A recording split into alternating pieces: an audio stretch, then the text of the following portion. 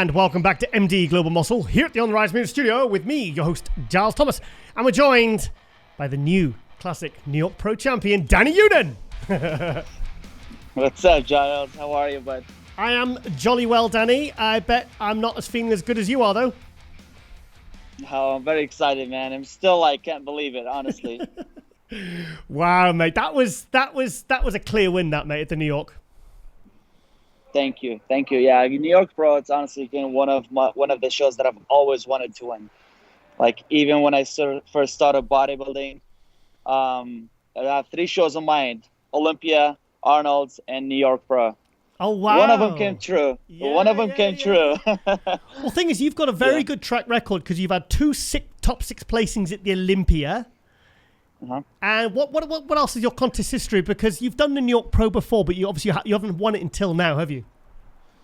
Yeah, I've done it back in 2018. I placed 9th. And I was so upset. Yeah, I was so upset. I'm like, I'm not coming back here unless I come back and win it. Wow. Yeah. And then you came back 3 years later and you went from 9th to 1st. That's what Ronnie Coleman did, wasn't it, with Olympia? Yeah, Olympia, right? Yeah. So, okay then, right. So hang on. Where are you now then? Because you said you were at the airport. I want to know, where are you actually located right now? So right now I'm in Vegas. I just flew to Vegas because I'm shooting for JTV. Oh, nice. Later on. Yeah, so I flew all the way from San Diego to here. Yeah. Oh, wow. Yeah. Okay. So, yeah, because we spoke last week and you said you need to spend some time with your girlfriend because you'd obviously been on prep and... Yeah. So how was that? Was it nice to spend some actual quality time with your partner and not be on prep all the time? Oh, yeah, man, finally. I feel bad for her, man, because you know how it is being a bodybuilder. Prepping, honestly, I just, we were most of the time we're grumpy. We don't want to talk to nobody. We just want to be left alone. And she respects that. She's always okay with it, as long as after a show, if I'm I give her my time. You know what I mean? It goes both ways, Yeah. Well, that's so smart. She supports me. Yeah. She supports me when I'm prepping. When I'm done, I have to support her and be there for her as well. Nice. Yeah. Okay. Right. Well, I was talking to Ron was it the preview or the review? I was talking on Ron Harris on one of these episodes of Global Muscle a couple of weeks ago, and he was telling me that you had a rushed prep. You had COVID. Can you just tell us what happened in the last few months and what you've gone through to reach that point of even being able to get on stage, let alone win it? Oh yeah. So actually, go back to before Olympia. So previous Olympia, this past Olympia, I placed 6th place, right? Yeah. Right before Olympia, about a month out from Olympia, my fiance was rushed to the hospital. She had a bowel obstruction. Okay. Yeah, and she literally, the doctor said if she would have waited another hour or 2, she could have died because of it. Shit. That's how severe and bad it was. So she was in the hospital for 20 days. Just imagine how hard that it is, I still remember, I took her to the emergency. I couldn't go in with her because of COVID. You know how it is. Mm-hmm. So she was there all alone. I went home. I'm sleeping. I received a phone call from her. She's crying. She's telling me I'm going to die and all this kind of stuff because she was in so much pain. She didn't know what was going on. Mm-hmm. And they couldn't take her in for the surgery because of COVID. They had to run extra tests and stuff like that. Yeah, and she was in so much pain, man. Oh, bless her. So that alone, it was the worst time of my life. And prepping for Olympia, being that close to Olympia, thank God she was better. And then did the Olympia, went to Olympia, came back from Olympia. I had COVID, just like everyone else that was at the Olympia at the time. Don't say that. Yeah, came back from. Don't say that. We don't talk about that. Yeah, I came back from Olympia, had COVID. I ended up giving it to all my family. No. My dad was rushed to the hospital 5 times. My mom, same thing. My brother, all 3 of them, I had to perform a CPR on them myself. What? That's how bad it was. So they got the really bad COVID. Oh yeah, oh yeah, and I was in so much pain too, man. Like just because I never thought COVID would affect me this much, but I was in so much pain. I just because my immune system was like weak, you know how it is like after a show, Yeah. like you're dehydrated and like your minerals and vitamins, everything is so off, you know, and it affected me so much. And then I couldn't eat. I couldn't train actually for like 6 to 7 weeks. I was barely eating 1 to 2 meals a day, um, all that time. And then my coach was like, "The only way we can get you back on track is to get you ready for a show." I'm like, "Well, do you think we can be ready?" He was like, "Yes, we can be ready." I'm like, "Are you sure? Because I haven't trained for 7 weeks. Um, I haven't been eating as well." He was like, "That's right. That's why we need to get you back on track, to get your mind, to have a goal in mind. Yeah. And that's just automatic. It's going to set you for it." And so we picked New York, and I was so nervous. And he told me, "Brother, just believe it." He was like, thoughts become things, just, we just got to do it and we'll go from here. And I mean, George Farah, he knows what he's doing. Like if he thinks I wasn't going to make it and I wasn't going to be ready, he wouldn't let me do it. Yeah. Yeah. So leading to New York Pro, 3 weeks before New York Pro, my uncle passed away because of COVID. Oh my God. And that was like another stress, like to a whole new level. Yeah, just so much stress going on. I didn't even know if I was going to do the New York, to be honest, at the time still. Yeah, I didn't know if I was going to do it. And it was just hard, just going to the gym, eating my meals. My house was like packed with people coming over because of that. It is what it is, man. I just kept my mind, I just said, I have a show to do. I have a show to win. And then here I am. Thank God, I never gave up, man. Are you glad? Yeah. I mean, with everything you've gone through with Olympia and now the New York Pro and all the stresses and all the illnesses and the deaths, and are you glad that you actually had a show to plan for? Because sometimes it's like, I spoke to Brandon Curry about this, and he had something bad happen to him, and he said, it's actually helpful when you've got something to put your mind to, something positive that you can actually have to focus on. Was it beneficial for you? Do you think? Oh yeah, definitely. If I wouldn't have picked this show, I would probably be still on and off, with the gym and with everything in life, just in general, even work. Yeah. Because remember, when I had COVID, I couldn't work out, couldn't work, just home 24/7. Yeah. In pain, miserable. It was really bad. But thank God I picked this show. That second week going to the gym, it just my mind and my body just changed completely. And it's so crazy because my body, it's doing so much better under stress. Yeah. It's so weird. Honestly, like all these previous shows that I did, I never seen my body progress that much. Yeah. My body just did so much better under stress. It's so crazy. I did the best condition I've achieved in 2004. I was getting ready for a show. It was the British finals at 12 weeks. 5.5 weeks in, I had a very stressful time going on in my personal life, albeit self-inflicted. But 5 weeks in, I actually did a show and I got second in quite a big show because I think the stress had actually, I don't know, it's funny, isn't it? Sometimes how your body can just, plus I think once you've got something to put your mind to, I think your body can just respond. But so with the 7 weeks off training coming up to the start of that 8-week prep, how was your body looking then? And you're eating 1 meal a day. How was your body actually looking at that point? I definitely lost some size, but I was still in a kind of somewhat decent shape because remember coming off of Olympia, and I got sick right away, so I didn't really have the time or the chance to like rebound. Yeah. So I stayed kind of somewhat lean. Yeah. Yes, I lost some size, but I stayed lean. But I was softer, because I wasn't eating. I was sick and taking a bunch of like medication and stuff like that. So I was like a little softer. But overall, look, I was still lean. To be honest. Yeah. That's a much better starting point than either getting really, really skinny or kind of putting on a lot of body fat. It's a much better starting point, isn't it, really? Yep, definitely. Yeah. So, I mean, what a fantastic end, though, you took 6th at Olympia. That's amazing. But to actually then go and win the New York Pro. And to be honest, like I saw that even when I saw I think the first couple of pictures, I said it because they were coming through on the MD group chat on the WhatsApp. And I said, oh, he's won that. He's won that straight away. It was a clear win. And it was a very decisive win as well.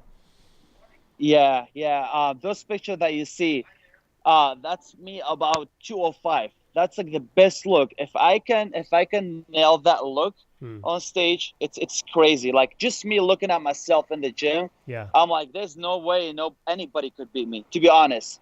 But as soon as I try to drop those 5 pounds to make the weight class, and I deplete, it's just so hard for me to gain that fullness again. Like in the gym, like in the gym when people see me, like including like Chris Cormier looked at me like 4 days before a show, before like New York, I did some posing with him, and he was like, man, it's a game over. Really? You know, I was just so full, so grainy all over. So what's just when I drop those weight? What is your weight cutoff for your height in classic? 200. So it's 200, but you said at New York Pro you were 205 by the time you hit the stage. Is that correct? No. So before New York Pro, like 5 days before New York Pro, like 7 days before. Yeah. I'm usually about 204, 205. That's my best look. Okay. Yeah. So when I try to deplete to cut for New York Pro, so I always weigh in about a pound or 2 pounds lighter. Yeah. So about 198. And the thing is, like, as soon as I start carbing up, I keep dropping weight. Oh no! Like Derek so Lunsford. crazy. Derek Lunsford, that happened to him. Like some guys, when they're depleted and they like the 212s or the classics start eating up, they can kind of like George Peterson. He puts on like how much it costs, like 7-8 pound, and he looks absolutely sensational. Other guys, they start carving up and the metabolism's going to, and they just end up dropping weight. So you're going the wrong way, really. Yeah. I keep dropping weight. It's so crazy because when Chris Cormier saw me at the gym, he came up to me. He was like, are you already carb loading for New York? I'm like, no. He was like, man, you should be actually, he was like, if I was you, I wouldn't carb up until maybe the night before. Yeah. He was like, because as far as now, you're so full, you have so much more to go. Yeah. That's how full my body was looking. So yeah, as soon as I So which look do you prefer? Do you prefer the 2020 Olympia look or the New York Pro look?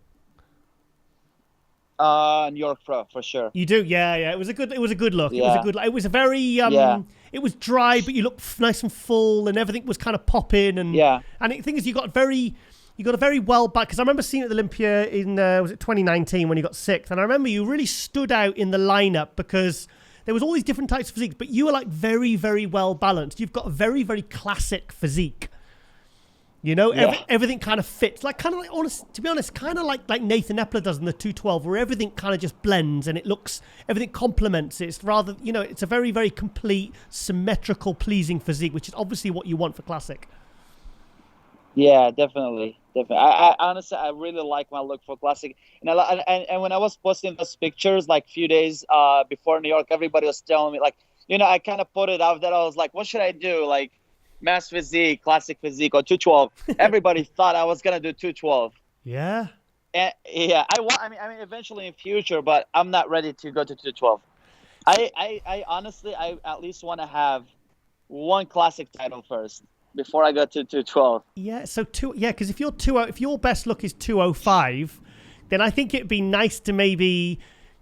I don't know, maybe I suppose if there's no weight restriction, you could maybe see how your physique looked its best and do a 212, rather than having to cut down to, a lot less, Yeah, I mean, maybe one of those days I can just do it. Because, like, let's say if I'm doing a classic physique show. Yeah. Let's say if I'm picking like classic physique show. Yeah. And then about 205, if I'm like 205, 206, like that's my best look. Yeah. If there is like 212, like a competition going on, I'll probably just jump in just to like test the water, see how am I gonna do. I think that sounds like a very good plan. Yeah. just to see.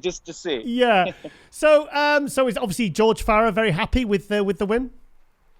Oh yeah, man. He was so excited. Yeah. Good. George Farah, man, he's the best. Honestly, like he was going through so much before New York Pro. Yeah. He was in the hospital. He was going under a surgery. I saw. And he did not tell me. He did not tell me, man. No way. Like he was up all the way to like 12 o'clock, 1 o'clock in the morning, talking to me, sending him update pictures, telling me what to eat. Send him update like 6 o'clock in the morning. He was there for me. and when he was in the hospital, and he did not tell me that. And you didn't know? I didn't know. He didn't tell me. He was like, because I wanted you to stay focused. Oh, what a guy. Yeah. What a guy. Yeah. Because I saw the picture of him in the hospital bed, and I put a message on his Instagram, and he said, "I love you, brother," and all that back in return. And I said, "Stay strong, mate," and everything. So what was wrong? Because I know he obviously had the cancer, and he's lost a lot of weight. So what was it? It was some sort of kidney infection or something, was it? I think it's like some sort of kidney infection. Yeah, he got it done. I think he said he's like 100% better right now after he got it done. Good. What's the situation with this cancer then? He's 100% cancer free. Oh, fantastic! Thank God. Fantastic. Yeah. Do you know what? I'd love to get George on the show. Actually, maybe we should get you on together before the Olympia. Right? Yeah, that'd be awesome, man. That'd be good, wouldn't it? That guy, dude, that guy is amazing. I mean, I can sit here all day long and to tell you how good the man he is. It's not enough. You know, he's just good in every way. He's so helpful. He's always there for people. Yeah. He never asks anything for return. You know what I mean? And he treats all his athletes as his brothers, like a family. I've been with him. I remember seeing him. I remember seeing him back in 2015 at the USA. I was competing. And I went up to him. I was like, "Man, I would love to work with you one day." And he took a look at me right there at the moment, and he was like, "Man, if you work with me, we could put like 5 to 10 pounds of muscle with this symmetry that you have. Yeah, you're gonna be crazy good." And we exchanged informations. Like that weekend, I started working with him. Like not even 8 months later, 9 months later, he turned me pro. Oh wow! And I've been with him since then. I turned pro. He took me to. This is my 4th Olympia going with him. Wow. You know, winning New York Pro, winning 3 other shows. So you've been top 6 at the Olympia twice in 2019 and 2020. You've won the New York Pro. What were those other 3 wins? Can you tell us?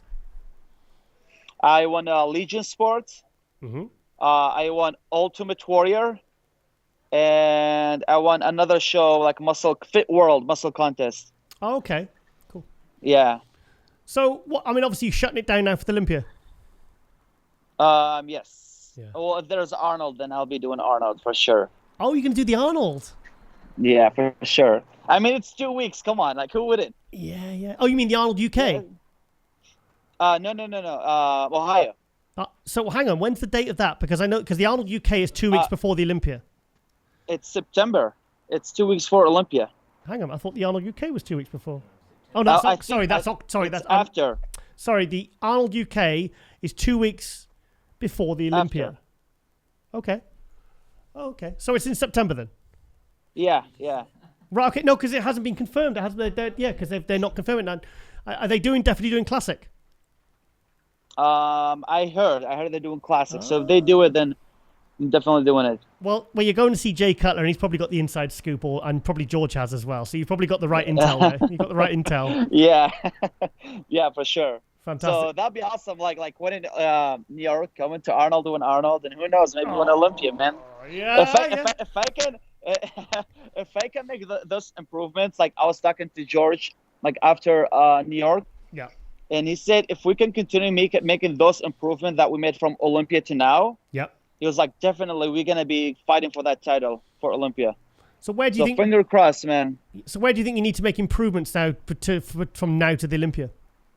So honestly, I was talking to Tyler Mannion. Yeah. After the New York, he said the only thing I need to work on, I just need a little bit more depth in my back. Okay. I brought my back a lot, but he said just to compete with the Olympia like guys like top 3, top 4, I just need a little bit more depth. Yeah. And Steve, I spoke to Steve. He said same thing. He was like a little bit depth in your back, and he said you could be a little bit more fuller, like a little bit more bigger. Not necessarily, but he was like you could be more fuller. So. Did you see the comment on? I think it was on your Instagram, and someone said you've got some of the best genetically shaped quads in the IFBB Pro League. Yeah. I think it was on the forum. I think it was on the forum. I appreciate it. I mean, yeah, I guess. Yeah. So, I like how my quads are shaped, because they're like they're rounded, and like my teardrop it goes up so high. Yeah. It just makes like my leg looks that much more bigger. The illusion, I've just remembered what I said actually on the preview with Ron Harris that I did. We actually edited in the picture of, that upper relax shot you put out a few days before the New York Pro. And I said to Ron, Ron, I think Dani Younan's going to win. I said, I've seen a picture. I said, and my exact words were, if it's not photoshopped, he's going to win it easy. Yep. I heard that. Yes. I watch you guys all the time, man. Yeah. I said, if it's not photoshopped, I said, if he's not bullshitting, I said, yeah, he's gonna win that. I said, because that is pretty much the embodiment of classic. So so you think you can beat this guy then, Chris Bumstead? Definitely. Anyone is beatable. Yeah. I mean, I respect them all. We all like we're all friends and everything, but everyone is beatable, man. I mean, that's why I'm competing. I'm not competing to go and just watch them win. Yeah. I always go to compete and win. Good. So so you're in Vegas for doing some filming with Jay Cutler? Yes. JTV, yeah. Tell us about that. Like a workout video kind of thing, yeah. Oh, nice. How long are you there for? It's empty. Airport was empty, man. It's crazy. No, but how long are you there for? Oh, I thought you said the airport. Here, just for a day. Oh, okay. Just flying in and out. Oh, cool. Yeah. Just for today. Cool. And actually, we're gonna be filming it in Flex Lewis gym, the Dragon's Lair. I'm excited. We refer to it as the new Mecca. Yeah. I'm excited to go to go and see it, man. Oh, you've been here. Everyone is moving here. Everyone is moving. It's so crazy. So Sean Roden and Laura Lee have moved from because it's a 4-hour drive, isn't it, from Vegas to California? Yeah, kind of. And everyone I think everyone's going to eventually migrate here. I know Jay Cutler was the first in 2002, I think, when he moved to Vegas, and he started buying up all the property, and then slowly but surely, you got Hida Tada and Iris Kyler moving there, and Sean Ray had his apartment there when back in the late 90s, and it seems like everyone is. Would you consider moving there? Actually, yes, I might. Honestly, okay. I'm getting married in January, so I might. We'll see. I like Vegas. Like even before COVID, I always come down to Vegas like at least a couple times a year. Oh, wow. I just enjoy it here. Yeah. I don't come here to gamble or anything like that. I don't gamble, but I just like to come here. I just like the environment and everything, Yeah. So it's just nice. So, Dani, how long have you lived in America for? I've been here since 2006. Where are you originally from, and what caused the move? I'm originally from Iraq. Okay. And yeah, I mean the cause of the move obviously was the war. Yeah. And also my mom's brother and her parents, they lived here for like 40 plus years. Mm-hmm. And they did her paperwork to come and join them and be here with them. So yeah. You obviously like America then. Oh, I love it, man. Love it. So you say you're from San Diego? Yes. That's where Sergio's from, isn't it? Yeah. Sergio. Me and Sergio will work out at the same gym. Oh, nice. And Eddie Bracamontes? Yeah. Oh, yes. All of us. Cool. Yeah. Cool. All right, yeah, that's like another Mecca as well. We have like our own little Mecca over there. That's really nice. The gym that we work out in. Mm-hmm. Literally, we have every single machine you can think of. Fantastic. It's so crazy. Well, I'm excited to see what you think of the Dragon's Lair, because that place just looks absolutely spectacular. I mean, I know Flex. I spoke to Flex, and he said he handpicked every single bit of equipment. And he's very, very fussy about his equipment. So it just looks amazing. He's put so much time and effort into it. And I'm just so happy that it seems to be taking off, and Sean Roden and all these, Brandon Curry's been there, and everyone feels it seems like a real kind of welcoming environment for proper hardcore bodybuilders, Yeah. I mean, I just can't wait to go and see it, honestly. I've had friends that flew here for the grand opening and saw it, and they said it was pretty nice. So good. Just can't wait to go and see it myself and see everyone there, because I was speaking with Dave, the guy that films for Jay Cutler. Dave Balea. And and he said that the time that we're going to shoot in, it's usually the pro time. Every pro bodybuilder is there at that time. Oh, nice. So I'm excited to go to see everybody, Oh, wow. It's going to be fun. Wow. So when do you go? In a few hours or a couple of hours time? Or? Yeah. It's nice. in like 2 hours. Oh, fantastic. Right, okay then, mate. Well, I wanted to get you on for this this quick interview because I want to just, congratulate you. And it was such a what a story of what you've been through for the Olympia with your girlfriend and your family, and it's just such a nice ending to kind of like a really challenging story, but it just shows you what you're made of as an athlete and as a person to kind of fight through that and being able to prep and obviously the support you got from George Farah. It's I'm really happy you got that big win, mate, because like you said, that's one of the 3 you want to win. So, so you got to improve on that 6th place at the Olympia now, mate. You got to move on up now. Yes, I know, man. It's so crazy. Hopefully this year, man. Finger crossed. Finger crossed, man. We'll see. First call out in the center with Chris Bumstead. Dani Younan, please, to the left of Chris. And with your thicker back and everything else, and just on point. George going crazy in the front row. George, because I've sat next to George at the Olympia in the front row, and I think it was 2019, and he was prepping Samuel Haddad, and there was Dennis James and George Farah, and it was such a cool time because George just goes absolutely crazy when his athletes are on stage. He goes nuts. Oh yeah. That's how you can tell, good coach. You know what I mean? Yeah. He was because now he lives through us. Yeah. He's retired and all that, so now he helped us prep for shows, and he lived through us. Yeah. Is he still into his Rolexes? Is he what? He's still into his Rolex watches. He told me once he had every Rolex ever made. I'm not sure. I don't know, to be honest. Yeah, I don't know. I've got a funny story once. I had breakfast with at Max and Irma's with George. And he was pretty big at the time. I think it was about 2011. And he sat down and he was eating egg whites and blueberries and black coffee. And I made a comment about American food, and he didn't like it. And he stood up. And he says, "You're saying American food's bad?" He says, "I've been to England." Yeah. It was so funny. I was like, sorry, okay. George is pretty straightforward, man. Yeah, he's a good dude, good guy. And I'd love to get him on the show. Maybe we can get him. Like I said, we should get you and George on before the Olympia, and we'll have a really good talk and really hype it up for the Olympia. I'm down, man. I can't wait.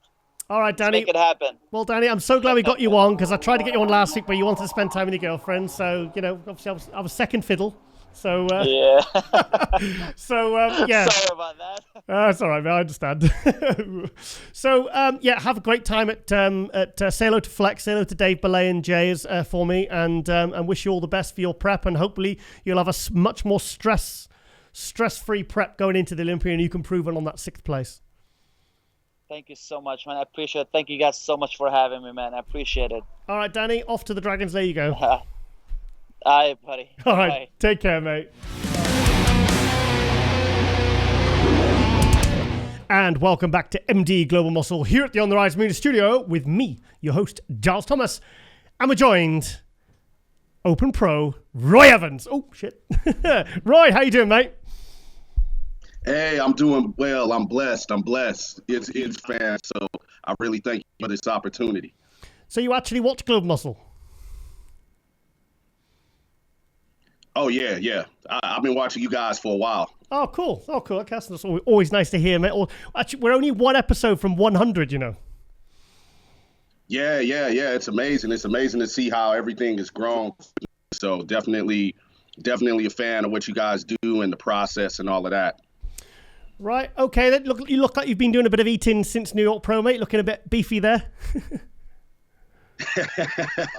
Yeah, obviously, after Indy and New York, everybody knows the feedback is to get bigger. So, at first we were going to go, Indy Pro, New York Pro, and Cali Pro. I talked with Chris Aceto. I talked with Dwayne Turner, my trainer, and we all kind of came up and said, we know you're a top 10 competitor right now. You don't need to hop into one more show just to get like that kind of placing. So it's one of those, it's take my shape and build up on that, start the off season and do what we got to do to start winning shows coming in next season. Okay, guys, sorry about a bit of a connection issue, and we've switched from laptop to phone. So, Roy, can you give us a bit of backstory on your contest history, please, mate?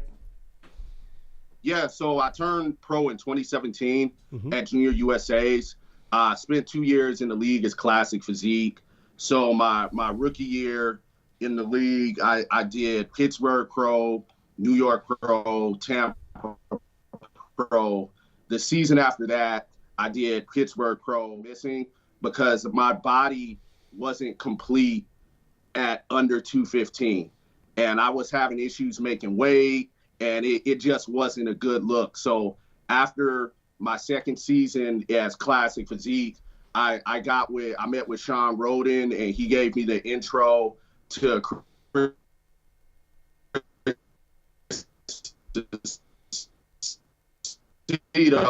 Yep. with the big boys. And that's, you fast forward, you see what happened. Yeah. So, because it's funny you said about the Sean Roden thing, because I saw your Instagram post, because you did the overhead pose, the intercostal shot. Yeah. And it's funny because when I was watching the live stream on the New York Pro, I was thinking, this guy just reminds me of a 2011 Sean Roden. That was because, when he took 11th that year at the Olympia. And you could just see that the structure, the symmetry, the shape, and everything was there. And then obviously the year after, he came back and took third. And I think you're at that stage now. That's where your physique is. And you've just come out of the Classic and you really held your own as an open. But it's like, I can see the mold. I can see the shape of your physique, the silhouette, everything's there. And that's one of the reasons I wanted to get you on, because I thought, shit, this guy, a couple of years, he could be the next big thing, Yeah, thank you. I really appreciate that. It's truly an honor hearing from that. I mean, just getting feedback from guys like you in the industry that have been around for so long, and with the fans, it's just been a night and day difference from just being able to talk to guys like Sean Roden. I've been working with Jose Raymond on a lot of stuff. Like Jose's my dude, just, showing me a lot with posing and mentorship in terms of like, all right, you a pro, like he, because I get in my head a lot. So he knew how to talk to me and calm me down and tell me different things, mentally process stuff. But that's always the goal. I use Sean as like a real gauge on things, because I know I can't shotgun size because I don't want to blow out my lines. But that's the goal, to come and bring that real classic looking physique and structure in this division. Yeah, Sean Roden was someone that brought classic to the open class. That's what he did when he won the Olympia in 2018. And honestly, I can see the similarities, because you've got very good, to be honest, you're good at Indy, but for me, you really stood out at New York. I don't know why you did so much more at New York, but when I was at New York, I was really starting to pay attention to you. I think it was when you turned to the back, and I think you came out in your 60 seconds, and I looked at the conditioning, and I thought, hang on a minute, this guy's got, there's everything here, like all the elements are here for a really, like, seriously good pro. Thank you. Yeah, we tightened up going from Indy to New York. We really tightened up and pushed the conditioning, and so we knew, like, going into this season, we already knew I'm going to get outside. Right. I know I have a shape. I know I'm blessed with that aesthetic structure. So the goal is to where guys like, Nick Walker and Justin, like, those guys are big. I'm not going to outmass and outsize somebody like Nick Walker. Yeah. I'm going to line up like that. I'm going to out finesse, and I'm going to give that apples and oranges comparison. So we went from Indy. I set foot on stage at about 234. At New York, I stepped foot on stage at 228.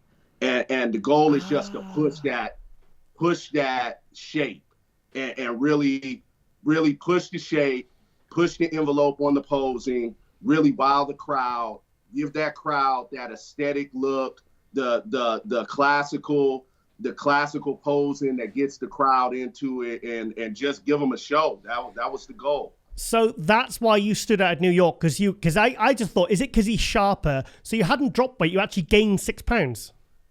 No, I lost weight. Oh, sorry, I got so 234. I was heavier in Indy. Right, okay, so I got the other way around. Okay, cool. 228 in New York. Wow, so you're 13 pounds heavier than basically when you could do classic. Yes. Yeah. Yes, exactly. Right. So how long have you been working with Chris Aceto for then? I started after my last season of Classic, we went into an off season. So this was actually our first show. Maybe about a year and a half now, I would say. Just kind of growing me through the off season, and then we dialed everything. Once we had the show and we had our strategy, we just dialed in for the show. Yeah. So how old are you now, Roy? I am 36. 36. So you're kind of the good age. The next 4 or 5 years, you really want to be making a big impact in a couple of years.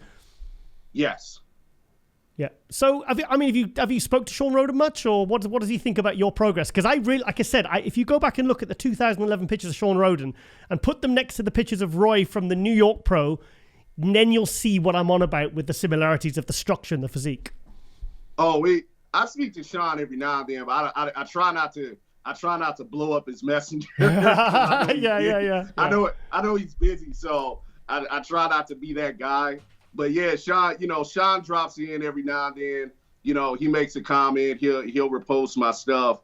But I mean, it's all love. Like he came out and did him and his lady came out probably about 3 months ago to the DC area, and they did like a posing seminar and stuff. And so he looked at me. He gave me some advice. He said, "All right, Chris is probably going to do this to you, so be prepared." He gave me the big, I call Sean my big bro. He gave me the big brother, little brother speech, like, "All right, this is coming, so get your shit together." Yeah. Well, the thing about Sean is, I've spoke to Siba Sisu, and there's loads of different athletes he's done that for, where he's like, he doesn't mind. Like he's reached out to some people, like people like yourself and other people, and he's really, I like that about Sean. He's very, very supportive of the new blood, people like yourself. Yeah, definitely. I really appreciate that. I mean, I definitely, I look at those guys, especially like, when they've been on that Olympia stage for so long, in that top 5, and they've earned that Sandow, and they are seasoned veterans. So it's like when I make the post on my Instagram, I say respect your elders.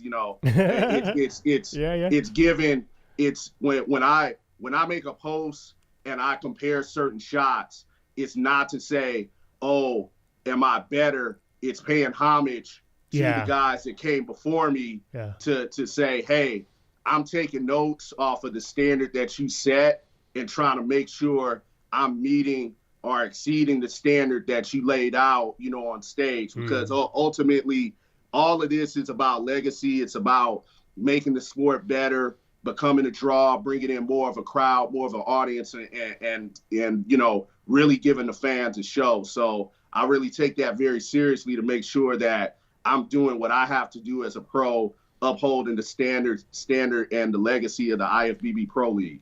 What you're trying to do is, I see what you're trying to emulate the physique, the greats. Someone like Sean Roden, there's someone, like I said, that brought Classic to the Open. And, when you did that overhead shot, I saw what you did. And that's exactly how I read it. I read it as someone you were paying respect to, someone whose physique you admired. That's someone you want to, because like I said, there's real echoes of your shape and your structure. And I think another year or two, I think you're going to be really, really taking some scalps, mate. And I like the idea. You see, I think, like I said, with Sean Roden doing that in 2018, I think Cedric McMillan, there's guys that do bring classic lines to the open category, but it also proves that that's what actually can win shows as well. And you don't have to blow out your waistline. You don't have to lose your lines. I mean, if you could put on 10 pound in the next year, I think you'd be in first call out in any pro show. Thank you. I really appreciate that. Yeah, that's the strategy, and that's definitely why we decided to shut things down, because it's right now it's all systems go with the off season. Yeah. So I'm really trying to make sure we do everything smart.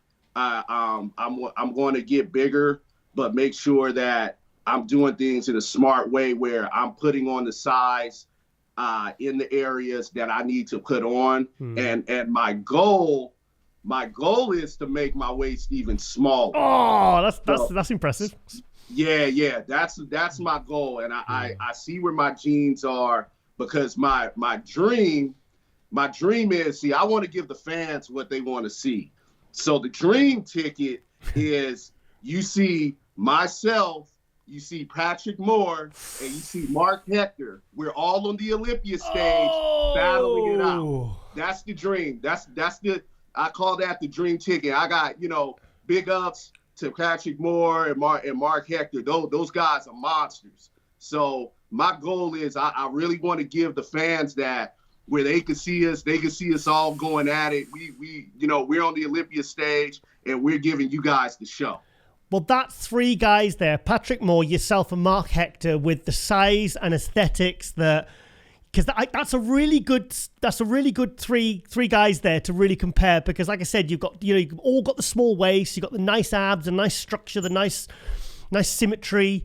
And I'd love to those there. That'd be really cool. I could see that in a couple of years, mate. I could see that. Patrick, I'm not going to do any of his little arm shot poses. So every time he does an arm shot, I'm going to do something with my legs. Yeah. So have you seen? Yeah. Me and Patrick, we do our thing or whatever. But yeah, it's that's really what I want to do. I want to give the fans something when they see it, they're proud of it. And I really want to push the envelope more on my posing. So I want to start working with the ballet coach, because obviously I showed you guys a little glimpse of what I could do in Indy and in New York, but I could do better. I saw where I could be more refined. I saw where I could be more graceful. I've also worked with Chris Comier and learned some things from him. So I'm very much a student with the game. So I'm gonna do some things where, when you're in the audience, when you see me on stage and you see me posing, you're gonna say, "Oh shit, what just happened?" Roy, that is absolute music to my ears, because if you've watched Global Muscle, there's two things I always bang on about. It's conditioning and posing, because this is why I think the 90s were so popular, because pretty much everyone was in condition and everyone brought a decent posing routine. So, like, I've already said it in this episode about people that just come on the stage and hit compulsory poses in their posing routine, which I think is so lazy. I think you owe it to the fans, and I think you seem to have that in your head, that posing is very, very important, because otherwise, how can you spend all this time on constructing this physique that's aesthetic and trying to make your waist smaller, and you're not presenting it properly, because you're not giving yourself. I mean, look at the way Sean Roden, when he came out at the 2018 Olympia, and he came out and he was hitting all those aesthetic poses. It was electrifying. Right. Yeah, and I'm studying. I'm studying those tapes. I'm studying that film. So I'm looking at it, because when I saw Sean and he did that thing on the ground, it's like I took a notepad. I said, okay, I gotta do this. I gotta do that. Then I'm looking at Kai, and I see that little handstand thing. That's a very brave move for me. So we're gonna have to do a lot of practice for that, because I'm not trying to, have any issues on stage. But I said what I can do is, I said I'm flexible. Yeah. So we're gonna bring that flexibility. We're gonna show that. We're gonna show the grace. Yeah. So then that's when I brought that to the stage. And then I shot it out Jeff Beckham, and I said, "Hey man, let's go. It's time. It's time." Who does the best splits, Jeff Beckham or Roy Evans? Come on. Oh, that's my big bro too. So we were talking back and forth, and I said, "Hey man, we got to give the fans. We got to get the fans. Both of us are on the Olympia stage, and we both hit the split, and we're both doing a pose with that. So I know they're going to be interested in seeing that kind of stuff, and that's what I'm here to do. I'm here to really like bring the ambassador, be an ambassador to the sport. Really, I want to get the international fans hyped up. I want to get everybody hyped up about bodybuilding, especially the open division, and show, hey, you can be over 230 pounds and you can still move gracefully. You can still give quality posing routines, and we give them something that just shocks the world, shocks the fans. So you look tall, Roy. How tall are you? I'm 5'11". 5'11". Yeah, so you're quite tall then. Yeah, I fluctuate between 5'10" and 3/4 and 5'11", believe it or not. A quarter of an inch. You're taller in the morning, aren't you? Yeah. It gets that's what made my whole classic physique thing kind of tricky, because when they're weighing the height, you know, that difference between 5'10" and 5'11", that's about 5 to 10 pound difference that they give you. Yeah. So that totally changes your whole look. Yeah. But yeah, we're in the open now, so it don't matter. Come on, it's all battle. Yeah.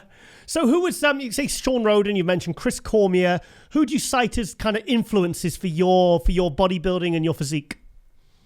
Oh wow. Woo. Is this going to take a while? I did my very first show when I was 14 years old. Okay. At that time, that was when Melvin Anthony first got his pro card, and he came to the show. He was a guest poser when I was just a little boy, and I saw him. And I saw his legs, and I'm like, man, his legs are as big as my torso. Like, how does anybody ever get like that? Yeah. So I study him. He's an influence. Vince Taylor, of course, King Flex Wheeler. Yeah. You know, Sean, Chris, Sean Ray. Yep. I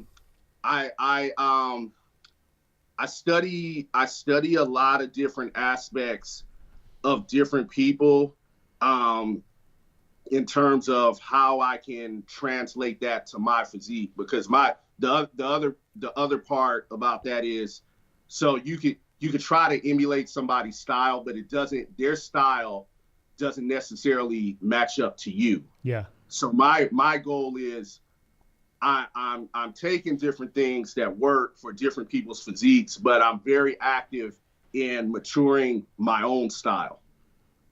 So all those people have an influence. I remember watching Flex Wheeler pose, and I loved the cockiness. He brought presence. It's like the cockiness. I know. When you see that, you see the energy. You see the energy off of it, like, and when he busts down into the front splits, like, you know, he knows he's a bad man when he hits it. Yeah. And so that it's some of that, like, with the stage presence and with the attitude that I try to make sure that I emulate artistically, where I'm doing an artistic pose, but also I'm drawing the crowd in where they see me and they're just like, okay, we're feeling this. This you got to fight on your hands now. Yeah. I can see actually now when because as you were talking, I was visualizing your routine, and because obviously I watched the live stream and we reviewed it, and I can see the influences of all the different, with your physique, with your posing, with everything, you know. It's I can see it. Melvin Anthony, have you spent any time with Melvin, or? Not recently. We chat every now and then on Instagram. But yeah, I see he's a dancer. Yeah. He's a dancer. So some of that stuff, I'm still trying to work out my 2 left feet, but it's you can see with those guys, like you can see with those guys with Flex, with Chris, with Melvin, between their dancing background, the martial arts background, all that stuff. They took all that knowledge and they shaped it, and they were able to create such classical, impactful routines. Even Shawn Rhoden would you know, when you talk to him, he talked about how he was always dancing as a little boy.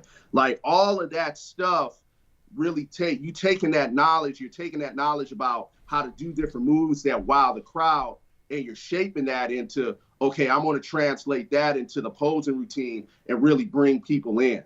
Yeah. Yeah. So what do you think of the New York Pro then? Was that a good experience for you? Yeah, it was a good experience. It's a learning experience. I view everything that I do on stage as a learning experience. So of course, yeah, I want to get first call out and I want to win a show, but I'm also realistic. For me to come in out of classic and battle with the seasoned guns that I battled with, I kind of know how things are going to play out. So New York Pro was more of, you're gonna come in condition, you're gonna accent your shape, and you're gonna pose your ass off. Those were the three pillars I really wanted to hit. And regardless of the call out, try to win the crowd as much as I can. Yeah. Try to, if they're gonna put me in a lineup, whoever I get put in, if they put me next to the Giant Morgan, if they put me, against whoever, you pose your ass off and you show what you can do. And you show how all the knowledge that you've been getting thrown into you and pushed in you, you're showing that you have that and you're there to represent, you're there to compete. You're not just there showing up, you're there to compete and you're there to put your best foot forward and to really make, your coaches, your training team, everybody that has put all their time, energy, and effort, I'm making sure that I'm doing justice to all of them and also justice to the fans on what I have to do. Where does the flexibility come from? Have you got a martial arts background or? So I come from a football family. I've done martial arts. I've done swimming. Okay. So I just always try to make sure stretch. I'll admit I got kind of lazy the past couple of years. And when I was younger, when I was a teenager, I did shows. I used to always do the split. Then I got older, got kind of lazy. And then I said, you know what? I said, damn it, we're going to go all in. We're going to get the flexibility back. We're going to improve upon that. We're going to improve upon the health. And we're going to hit that stage in the open, and we're going to do the split. And we're going to make it look. We're going to make this shit look professional. Yeah. So are you going to be able to do the Jean-Claude Van Damme splits to the side? Is that the aim, the goal? Eventually, yes. Eventually, yes. I got about 2 more inches that I have to go to be able to really clear the ground and be totally flat, where I could actually lay there and I can posture up and I can do whatever poses I'm going to hit. Because my thing is too, when I hit a pose like that, if you notice, I don't like to just hit the pose. I'm not going to hit the pose and be quick. Ideally, I want to hit that pose. I want to hold the pose, stay in it, and I want to get various shots within that pose of me doing different things. So that's always the goal, but it's coming. Do you know what? I wish every pro spoke like you do about presenting your physique. It's so nice to hear that, Roy. Oh, thank you. I'm like I said, I'm a student. I'm a student of the game, and so my goal is to, I want to be able to really with the fans. Every time I hit the stage, I give them that show. Yeah, I give them, because people are paying. I mean, people pay a lot of money for these tickets. People pay a lot of money to go to the Olympia. They're paying a lot of money to get, the live stream and the pay-per-view. The last thing I want to ever have my name associated with, oh, Roy just showed up and he was lazy on stage. No, every time I hit the stage, when my name is mentioned, I want a standard where they say, hey, Roy Evans is showing up. We know he's going to give, regardless, the judging, the placing, that part, that's only one aspect of the show. We know when he sets foot on that stage, he's there to entertain the crowd. And I want to be able to always have something that every promoter, every show promoter in this league can actually promote, because ultimately that's how we're going to grow the sport. Yeah. So going back to, because I'm saying, like, you remind me of a 2011 Sean Roden. Did you get any feedback from, like, Steve Weinberg or any of the Tyler Mannion, any of the judges? Because surely I'm watching thinking that this guy has got the mold of a physique that could be absolutely incredible in another year or two. Did they give you any feedback? Not yet, not officially. I knew some things going in that in terms of I visited Steve before I ever did Indy. So his main feedback was it's obvious I have shape. Yeah. Come conditioned. And he said going into your off season, he wants more in the chest and more in the back. He said your upper body needs to get thicker. Yeah. I mean, I want to reach out officially to the judges. I talked to Bill Sibilia, and he said get bigger. It's pretty much, I don't know, with me, everybody that saw the show, they kind of know where I need to improve. It's really blatant. Yeah. I need to get more in my upper body. I need more thickness in the chest. I need more thickness in the back. I want to improve upon the size of my hamstrings, and overall just grow. And so I want to totally reconstruct how my abdominal section looks. So that goes into one, I want to make the waist smaller. So I'm gonna do some things with waist training where I really step that up a notch. But I want deeper and more separation in my abdominal region. I want to really build this upper chest, this shelf up even more.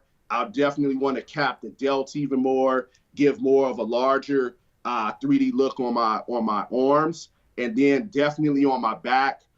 Everybody saw the thickness and detail, but I want to take that to the next level.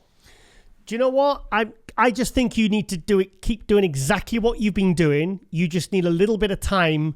And because I think, honestly, what you've done with your physique from taking it from classic to open in a very short space of time, I think is absolutely pretty amazing, to be honest. And I just think, like I said, just watch this guy in a year or two. I said, this guy has got huge potential because, when it's just a matter of, like, if you've got like a bad, like, so people there was competitors in that show that had bad structure. There was ones that had plenty of size but no condition, or they had body parts. You don't have anything missing. You just need a little bit of time just to kind of just to keep taking those steps forward, because I can see the silhouette, everything. I just think it's just a matter of just keep plugging away, mate. That's all you can do. And like I said, if you can keep sort of like paying attention to things like your presentation and your waist size and stuff like that, then only good things are going to happen.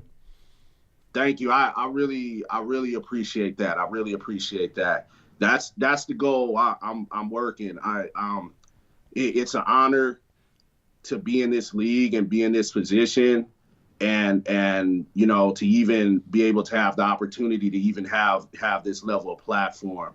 So I know in this league, nothing is given. Everything, it's tough. It's a tough sport. Everything you do, you have to earn. So that's my pledge to the fans. I mean, I'm always going to give it. I'm going to give it my best.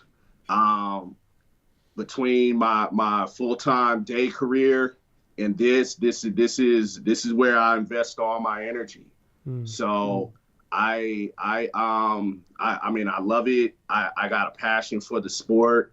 I really want to take the reins and grow the sport and really bring the aesthetic era back to the open division and really take it to the next level. So that's what I'm here to do. I'm all in.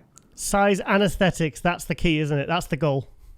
Yes. Size, aesthetics, conditioning, and showmanship on when it comes to the posing. Yeah. No, two of my favorite physiques are Sean Roden and Cedric McMillan, and I think you've definitely got that. You're definitely emulating that type of physique. So you talked about your daytime career. Tell us about that. I'm a data scientist. Oh, wow. Yeah. I'm a data scientist. I look at I got a PhD in public policy, and I look at policy data, and yeah, that's what I do. I'm a nerd. So that's where your analytical side comes for your physique. Yeah. I call it a split personality, right? By day, I'm Dr. Evans. I'm running Python scripts and looking at, doing statistical analysis and talking science. By night, I go in the gym and then it's sheer chaos and mayhem with weights.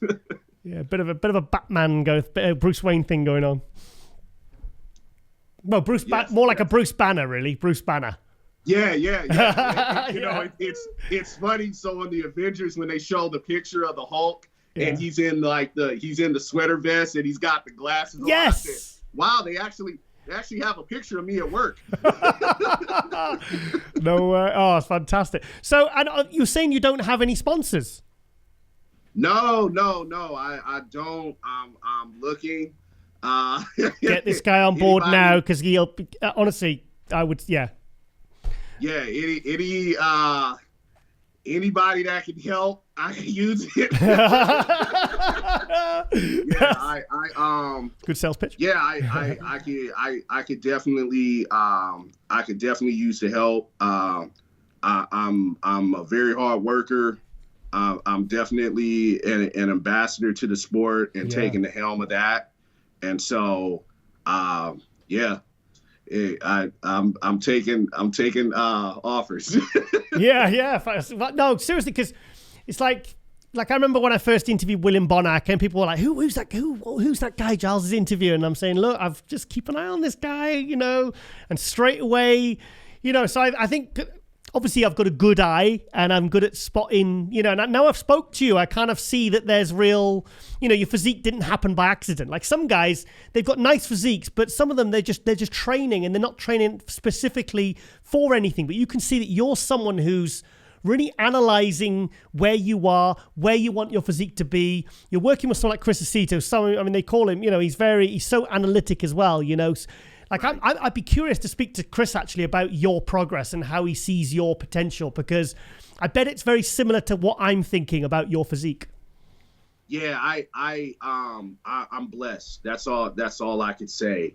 Between Chris Aceto and between Dwayne Turner, my trainer that's in the gym with me. Okay. He's known by The Unknown Trainer on Instagram. Okay. He talks with Chris. And we set up a game plan and a roadmap, and all of us are on the same page in terms of we want to bring aesthetics, we want to bring the classical lines, and then we want to keep bringing the size, but we have to do it in a manner where everything is done smart. And this past off season, I'll be honest, it was hell. It was a hellacious process. Why? Because my trainer Dwayne, he pushed me there. I always say there's that line where if you cross that line, you're at crazy, and then you cross that line of stupid where you can really injure yourself. We pushed up to that line. Yeah. And he pushed me and I know you're feeling tired. You had a bad day, but damn it, we're going to turn the screws even more. So he said basically said tough shit then. Yeah. He has this saying. He said, "Bro, you're going to have to battle some demons. I'm going to go into those dark places. I'm going to battle it with you." And so we've already we talked with Chris. We got a game plan.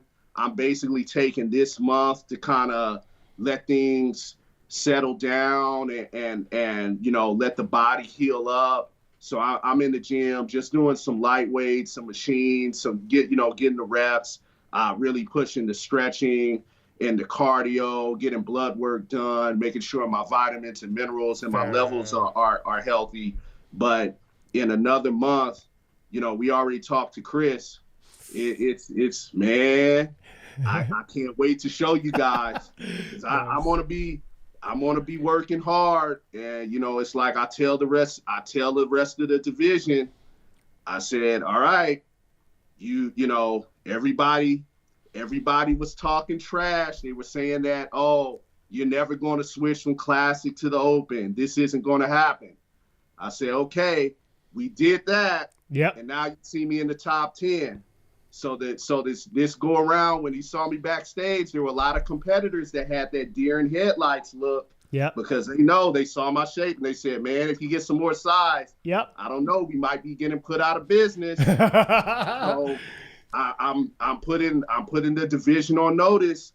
I said, you guys better be working hard, because damn it, I will be too. Yep. And I'm coming with it, and I don't like failure. I do not like failure, and I'm gonna be pushing that envelope. And when you see me, and I got 10 to 20 more pounds on my shape, I'm coming after you. Game over. And I'm coming after you both in posing. I'm coming after you in size, symmetry, density, all the key pillars of bodybuilding. I'm coming at you to beat you in every one of them. You see, you got the two styles of physique. You got the Nick Walkers, you've got the Hunter Labradas, the new faces, the big, thick, freaky, and then you've got the people like yourself, Patrick Moores. You've got the Mark Hectors, who've got the symmetry and the aesthetics, and these are guys that win all. And it's so good to see these two different styles of physique, this new generation coming through. But like, I could see you at like 240 winning multiple pro shows. Yeah, I love that. That's what I love about the open division too, because I love that apples and oranges comparison. I love the fact that you could have a guy like Nick Walker, you could have Hunter, you could have all of us on stage. Yeah. And you could have the big man Nathan Diasha. I can't wait. You could have all of us on stage. And man, we're just battling, and we're giving the fans that show. And you got the music in the background. You got the stage production that Dan Solomon's putting on, and you're just seeing sheer mayhem and pandemonium on stage, and the crowd's loving it. You and Jeff Beckham doing the splits in the pose down. It's coming. It's coming. Yeah. And Jeff comes off like a quiet dude, but Jeff likes to talk shit too. Does he? So it's beautiful. I love that. I love all it. I love all of that. It's like I was talking to, I talked to Blessings and I talked to Nick at New York, and I thank them both because the stuff that they did, building it up, building the hype. I see exactly what they were doing. I know some people don't like that, but I'm just like, what he did, he's doing the business of bodybuilding. Right. And he's creating that buzz, because if he didn't call out Nick and Nick didn't start responding that back and forth, the level of viewership that we got with the New York Pro wouldn't have happened at that level. And so that was definitely good, because I think as long as you keep it respectful. I don't mind if another competitor comes at my physique or anything. That's what we're, as pros, especially in this division, we're competitors. That's what we're supposed to do. Keep it respectful. We talk trash to each other, but at the end of the day, it's a brotherhood. I want Nick Walker at his best. I want Blessings at his best. I want the whole lineup at their best, because if they're at their best and they're pushing me and I'm pushing them, that brings the best out of me as a competitor, but that also elevates the entire division, which elevates the entire sport, and we're giving the fans what they want to see. Okay. So have you given any thoughts to your show next year? Or you think, well, I assume you're shutting it down till 2022 now? Yeah, right now there's no talk about exactly what show we're doing. The strategy is, and this is what Dwayne, my trainer, told me. We're going to grow and grow and grow. And there's certain things that he wants to see, and I know that Chris wants to see during the off season. Yeah. At certain milestones, okay, the physique is progressing like this. And what I'm going to try to do is, now that I got more of my social media machine up and running with the YouTube and with my Instagram and my TikTok, I'm going to show you, the fans, these different milestones. But our goal is, we're not going to hit the stage until I'm ready and until I achieve certain milestones. Because when I come back on that stage, I'm not looking for a top 10. I'm looking for that number one spot. Yeah. And I want when I come back, I want to make sure that, you know, when I tell you guys, hey, and I start sending you pictures in the background, I say, hey, I'm getting ready for this show. Yeah. I want you to sit there, and when that's being spread all around the industry, they're like, oh shit, Roy's coming. He's not coming for second place. Do you know what? I'm really, really happy you're working with Chris Aceto, because I think that's a really good getting to know your personality from this conversation now. I can really see good things of you two working together. I really can. And if you could do what Sean Roden did from 2011 to 2012, if you could do that, even 50% of that, you will be winning pro shows very, very soon. I really do see that. I think it's a really, really good team up, you two. Very good. Yeah, it's definitely a blessing working with Chris. It's a blessing having Jose Raymond in my corner. Wow. Because when you know Jose, you start talking to him and you start posing, Jose will get you hyped up. If you're feeling down, and you're like, man, like, I'm not feeling this shit right now, bro. Yeah. He said some shit. He's like, yo, you about to amp up real quick. So it's I gotta say it's my camp, my entire training team. I mean, it's a blessing. These guys work hard. These guys are at the top of their game in their respective aspects of the sport, and they're pouring a lot into me to make me look good. So my job always is to make sure that as the athlete, I'm always giving them 110%. Whatever I got, I try to make sure. And I mean, that's a lot of the reasons why I kind of get in my head, because like these past couple of shows, I'm always nervous trying to make sure, hey, it's not just, okay, for the glory of Roy. I want to make sure I'm not letting my team, my camp down, because I know they've poured a lot into me. They've invested a lot into me. So I want to make sure that I'm doing them a good service and doing them and paying them back, where they say, hey, we didn't waste our time with this guy. He's coming in, he's working hard, he's pushing the envelope, he's doing everything that we ask of him. And when he gets on stage, he's showing out, and he's showing all of the work and all the training and the man hours we've invested in him. We're seeing those dividends. I'm honestly, I'm really excited for what comes next for you. I can see big things happening. So you're not doing the Cali Pro this week. By the time this comes out, who do you think is going to win? I haven't had a time to actually look thoroughly at the line. Is Patrick doing that show? Yes, he is, and he's looking good. Woo! Yeah, very good. Hassan, Mohammed. Those are some. I mean, everybody. So I'm trying not to be biased. You're going to say Patrick. You're going to say Patrick. That's fine. Patrick's a teammate. Camilo's a teammate. I know he's doing it. Yeah. Hassan's a teammate. Those are some serious guns. I'm always partial to Patrick's physique just because, he's in the realm that I'm in with the aesthetic realm. Yeah. Upper body, I never felt like Patrick can do any wrong. It's just a matter of just making sure symmetrically he did what he needed to do with his legs to make sure he matched all of that up. And I know he's been busting ass his off season. So I'm really curious to see it. I mean, he's another great poser. He poses his ass off. I mean, Hassan needs no introduction. That's a thick boy. He's thick. And I mean, he's comparatively speaking, from last season to this season, his improvements on the posing have gone up. So he's showing now different things with his physique that he didn't show previously. My boy Camilo, he's a class act, definitely a veteran in this division and in this sport, and he's constantly coming with it.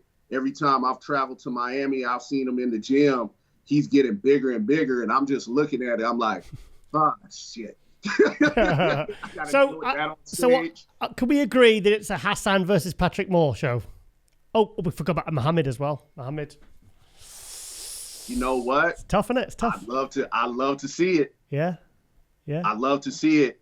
If Patrick can kill another Cali Pro, I love to see it. He's got a battle. He's got a battle with Hassan, but I think it depends on how Hassan pulls in and peaks. Yeah.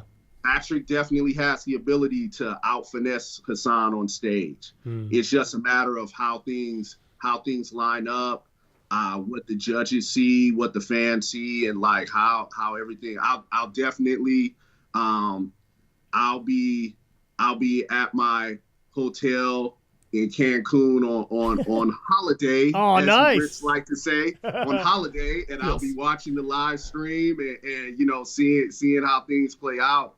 But damn, that's gonna be a battle. Yeah, that's gonna be a battle.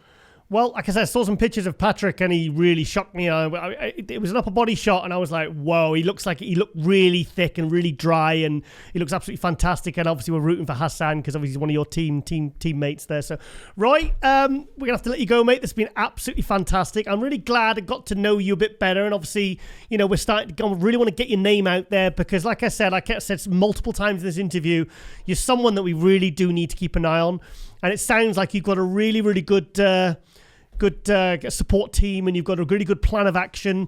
And I think I'm just really excited for what you bring in the next year or two, mate. I think it's good. I just tell you, and watch this guy. He's going to be really good. I really believe that. Thank you. It's been a blessing, and it's truly an honor being, invited on to the program, especially being a fan of watching the program. And I was always like, when I saw it, I'm like, damn, one day I gotta get up. I gotta get to the level where I'm on there. So I guess today is that day. So I greatly appreciate you guys. I appreciate MD and the IFBB Pro League, and most importantly, I appreciate you, the fans, because without you, this sport wouldn't be here. And also keep tagging in MD because I reshare them. It's me that reshares them. Oh yeah. I'm blasting. Hey. I'm blasting you guys all out on my social media. Whoever's the managing that account is going to be like, damn, I'm so tired of No, because I saw one the other week, and you said, well, I guess I'll just be my own media guy, and I'm not getting any love from the media. And honestly, mate, I thought. Then I watched the New York Pro live stream, and I said to my girlfriend, I said, Lauren, who runs the Buff Bombshell show, and I said, I feel bad. I really need to give this guy some publicity. He really deserves it. So we've sorted that now, and we're working some nice edits. Thank you. Because when I got the message, I was like, yes. Hang on 1 second. Carlene, you did press record, didn't you? Yeah. Oh, yeah, we're good. You went a bit pale there. Right, okay then, Roy. Enjoy Cancun, and thank you so much for the time. We really appreciate it. And all the very, very best for the future. And we'll keep a very close eye on you for 2022 now. Thank you. All right. God bless you guys. All right. Take care then, Roy. All right. Bye-bye. Okay, guys, we're going to do a 212 review of the New York Pro. So we're going to bring up their posing routines. Have you got the sound turned off, Colin? Yeah. Right, okay. Now, this first one is Noel Adam. Noel, I really wanted to see him do better here because I thought him and John Jewett were going to be 1 and 2 at the Indy Pro the week before. And I was really impressed with Noel Adam. He actually won the Indy Pro in 2019, and I think he's been second at the New York Pro in the 212. I mean, look at that side chest. Wow. He's so freaky from the side. I mean, this guy's chest and quads, I'd kill for. Yeah. So, looks very, very good here. I just love the tie-ins and everything between the glute and the ham, everything. He's got really spectacular shape from the side. From the back and the front, he's not as blessed, as you can see in this riddable bicep. Does he need more back? Yeah, he does need more lats, doesn't he? Yeah, he does. He does need more back. No, he does. Yeah, he does. Yeah, because he's he's good from the back, but I think he just needs more. He needs more lat thickness because he's got really good traps. Yeah, he needs more kind of lower lat thickness. But then if he got more lat thickness, would that push him over 212? I don't know, because I think this guy must be right on the limit because he's absolutely huge for a 212. How tall is he? Well, I don't know. He looks 5'4", 5'5", maybe. But I can't take my eyes off his quads. They're so freaky. So freaky. I think they're some of the best quads in the Pro League right now. Definitely. Yeah.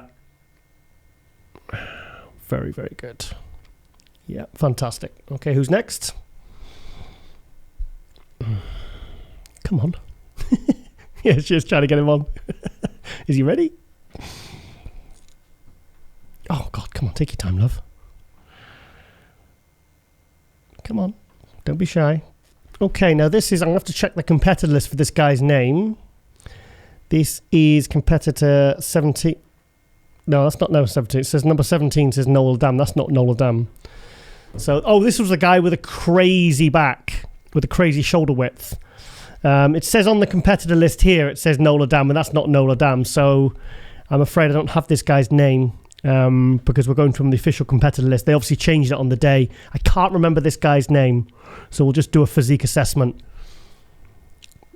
But, he's very, very wide from the front. The shoulder to waist differential is crazy. What's his name?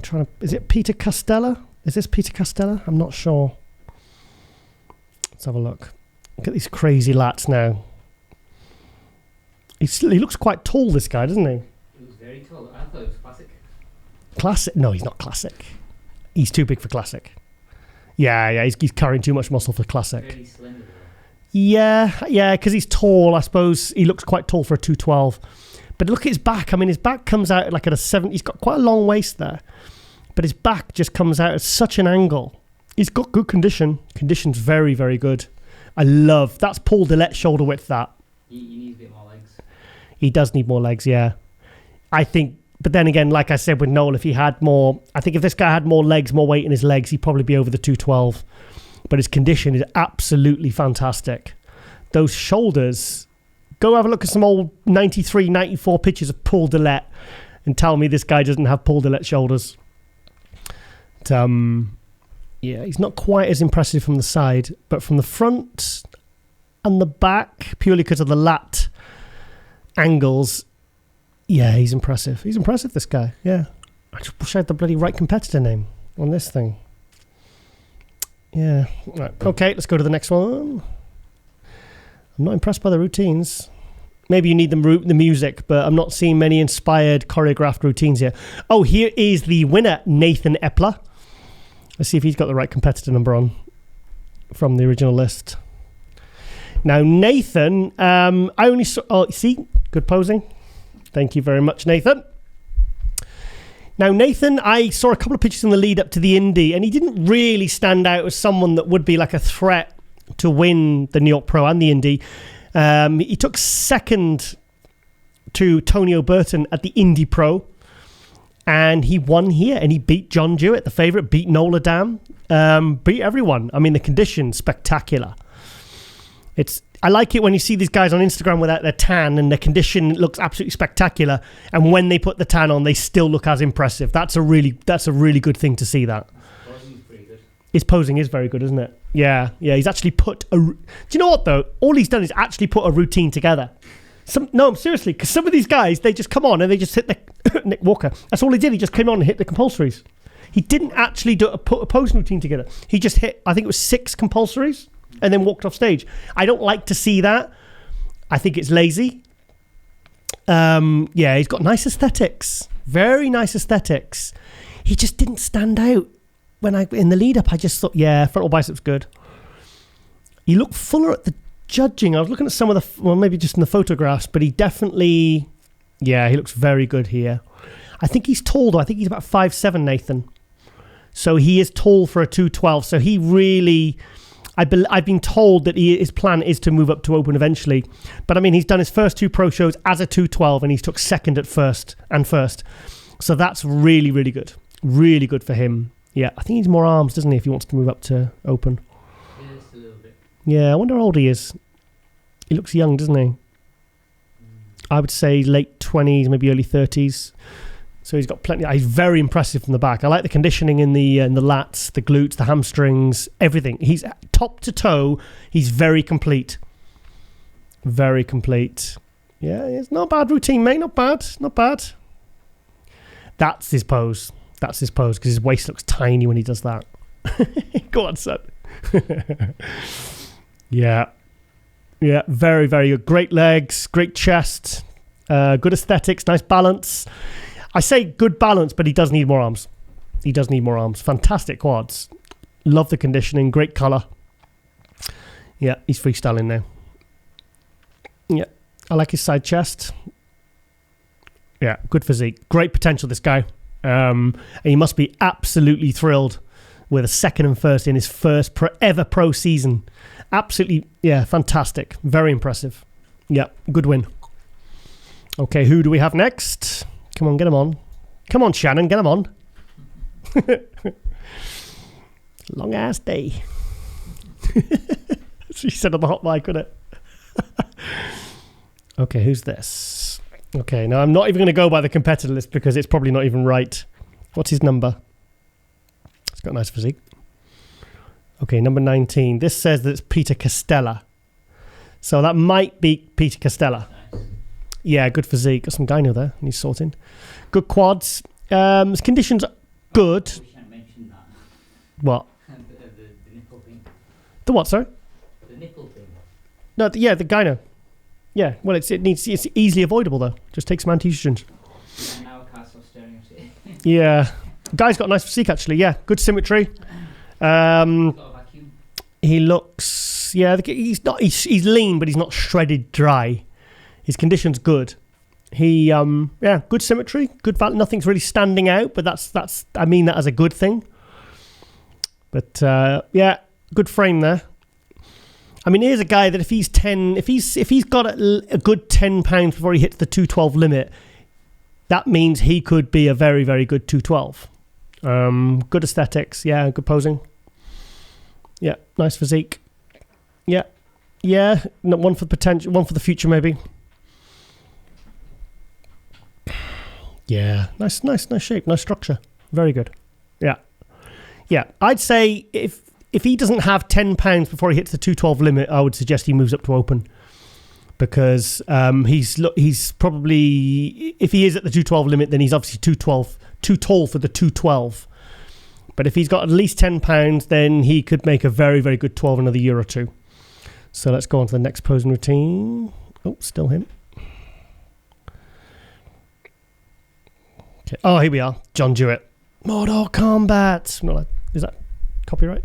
Yeah. As you know, John Jewett, fourth at the 2019 Olympia in the 212. He won the Tampa. That was the year he really stepped up. John was one of these guys that was really frustrating for a while, for a few years, because he was getting fourths and fifths when he just really needed to nail it. And then we knew he would be winning pro shows, which is exactly what happened in 2019. Mortal Kombat. Do you ever get Mortal Kombat and Street Fighter mixed up? Yeah. Okay, just me then. That? That's just me then. But yeah, John, I was really rooting for John to win the Indy Pro. He took third behind Tony O'Burton and Nathan Epler. Nathan was second, Tony was first. He came in, I think he was 2 pounds heavier. 2 pounds heavier. I think he said he was 207 for this one. He was 205 for the Indy, and here he was 207. So he still got, he says he was 207 on stage. He's still got 5 pounds before he hits the 212 limit. And if he adds that 5 pounds with that condition, that's a really, really good 212 physique. Well, he's already proved it because he's won pro shows and he's been top 5 in the Olympia. But I think he said he came down in weight from 2019 to for this. He said he was 211 point something on the morning of the Olympia, whereas he was 205 at the Indy and 207 here. So he's obviously sacrificed a bit of muscle tissue to get that really granite condition, in which he certainly achieved. But he definitely flattens out a lot. If you look at some of the pictures in the lead-up, he looks so spectacular. And he looks great here, but not quite as impressive as when you see him on Instagram. So it's very tricky to get that water manipulation and everything right and get it timed properly so you can really look your absolute best on stage. But he's got 5 pounds he can put on there before he hits the 212 limit. So, yeah, and I really hope, because he was on the last episode of Global Muscle, and I really hope he competes again, because I'd love to see him at the Olympia. And his wife, Renee, hopefully she qualifies at the Puerto Rico Pro in the wellness. And then John can maybe jump into a last-minute qualifier, maybe either snag a win or pick up some points. And maybe they can both get to the Olympia, so that'd be really cool. So I don't know who this guy is. This is competitor 21. Okay, this says it's Oswaldo Gonzalez. He looks like an Oswaldo Gonzalez, doesn't he? He doesn't look like a Peter Smith. Dave. He doesn't look like a Dave. Yeah, I would say that is Oswaldo from Miami, Florida. Okay, I hope it is. See, it says on the official scorecard. So this guy looks good. Nice physique, thick, good condition. I'm not lacking anything. Good symmetry. Who does he remind me of? He reminds me of someone. He reminds me of an open physique, and I'm trying to think who it is. It's really bugging me. Yeah, I reckon it looks like similar to that Derek. Derek. 212 Derek. Oslan. Derek Oslan, you mean Weapon X, or do you mean Derek Lunsford? Lunsford. He looks nothing like Derek Lunsford. He doesn't. No. Good abs. Wow, good thick abs. Sorry? Guess it's the hairdo. Guess it's the hairdo. Okay. Well, most bodybuilders. Oh, yeah. Well, yes, he has a hairdo. His glutes are ripped to shreds there. Hamstrings are shredded. Condition's very good. Yeah, he's a good 212. Yeah, looks good. Looks really good. Maybe do some more back thickness. He's got plenty of back width, but he could do with some more back thickness. Maybe get some Dorian barbell rows on the go. But yeah, it looks good. It'll be interesting to see what he weighed in at. Yeah, good shoulder width. Yeah, he's a freaky little dude, man. It's cool. Looks good. Right, okay, who do we have next? It's always a good show, the New York Pro. Always brings out some really good new faces and physiques. So this is that Derek Oslan? Who's this? Is that Derek Oslan? Looks like Derek. Weapon X. Ah, yes it is, yeah. Yeah, very, very good poser. Remember when he came second to Nicholas Vuliud at the 2018 Tampa Pro? And then he fell off a little bit. He didn't do too well last year, but then he ended up qualifying for the Olympia, and he came in the best he's ever looked, took 8th place at the Olympia. So yeah, he did really, really well. And he's at the Indy Pro, I think he was 211. But he needed to come in sharper. He dropped 7 pounds in the week between the Indy Pro and the New York Pro. And he's 204 here, and his condition was so much better. And like Ron Harris said on the last episode of MD Globe Muscle, he said usually when someone drops 7 pounds in a week, they just go completely flat. But Derek hasn't. So whatever he did in that week clearly worked. And he needs to duplicate that again. I wonder if he's got enough points to get through to Olympia now. I mean, it'd be a shame if you got 8th place at Olympia and then you don't even qualify the year after. But I like his back, but I feel like he needs more lower lat thickness. Oh, he's a good poser. Very good poser. Let's have a look. I like his front double bicep and his front lat spread because he's got that. That's why he calls himself Weapon X. He's got that X frame. Yeah, he does look good. The legs are popping, but the upper body's not popping like I expected. Yeah. Is it? Yeah, because you can see the legs look full and hard and dry. He's doing a vacuum there. But I feel like, yeah, he probably did. I think he did flatten out a little bit, actually. I think he did. Yeah. Yeah, here's a guy that's 80% of hitting his potential. He could he be top 5 Olympia? Yeah. Yeah, he's brought his arms up a lot. His back and arms were his weak body parts a couple of years ago, and he's really brought them up. Fantastic legs. Like you said, fantastic X shape. But very, very passionate guy. That's very strong in the gym. Yeah, like Ron said, he pushes some freaky weights. Very hungry to move up. Yeah, I think he did lose a bit of fullness in the chest and shoulders and stuff, which, basically takes away the detail. Placing did he get? Sorry? What placing did he get? What did he take here? Is it 4th? I think pretty good though. That's 4th. Yeah, no, he's good. He was he was it 4th? Oh, here we have Justin Randall. He's apparently retiring. Yeah, I think Ron said it was either after this show or after this year. He's retiring. He said Ron said he's from Boston. And I'm trying to remember what he said about him now. Yeah, he's very, as you can see, he's one of the shorter athletes. Fantastic quads. He took top 6 here. Is it 5th he got here? I think he took 5th here. 5th or 6th. Yeah, looks good. Yep, the lower body's definitely better than the upper body. Yeah, miles apart. Yeah, he's thick. Good back. Yeah, his legs are fantastic. Condition's good. Yeah. Yeah, he's better. He's good from the back. He's good from the back. Very good. Just a little bit. I'd like to see more going on in the chest. But yeah, so he's quite. Ron Harris said he's quite young, so I don't know why he's decided to call it a day. Sorry. Probably his body's gone. Body's gone. You know, like injuries or. No, there's no injuries there. I can't see any. They're visible. Yeah. Tan's a bit messy, isn't it? Yeah, it's a bit uneven. Right, let's go to the next guy. Oh, still Justin. Okay, who we got next? Samir Trudy. Ooh, Samir. Yeah, condition's not good, mate. Why? It really frustrates me, actually, with guys like this. This guy has such a good physique. He got 3rd place at the 2018 Arnold Classic between winner Kamal. His posing shocking. Yeah. Oh, God, he looks 6 weeks out. He does. He looks 6 weeks out. It frustrates me because this guy's got a really good physique. I mean, like I said, 3rd place at the Arnold Classic. You should be winning shows like this. You can't, Samir, you can't turn up shows like that, mate. He said to Ron, he's coaching himself. I think he really needs to get a coach. He does. He needs to have someone that he's accountable to that will say to him 4 weeks out, you're nowhere near. Let's step it up. Because I just don't... I think we're in an era now where everyone is coached. So you need someone that can check his conditioning, because that's not acceptable conditioning, because that's really bad conditioning. I wouldn't even want to guest pose looking like that, to be honest.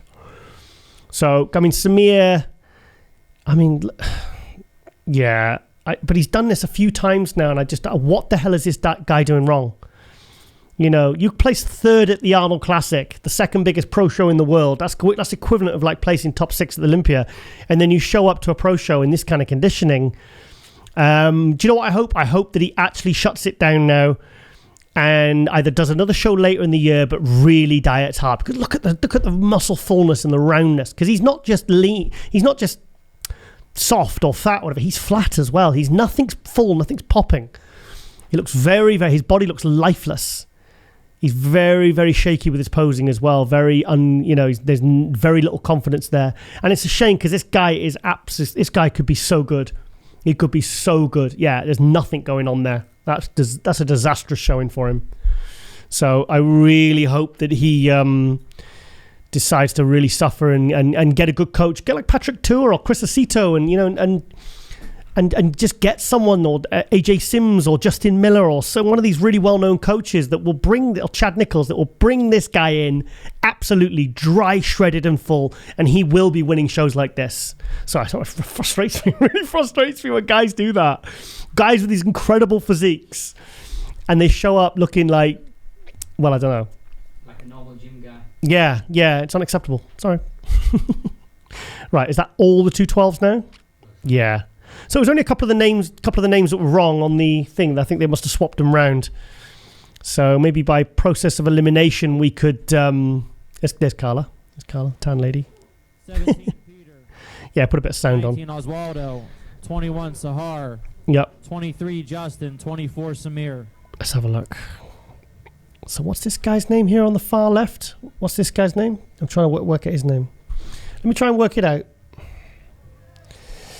Is it Sahar? No, it's not Sahar. 23 and 21, switch please.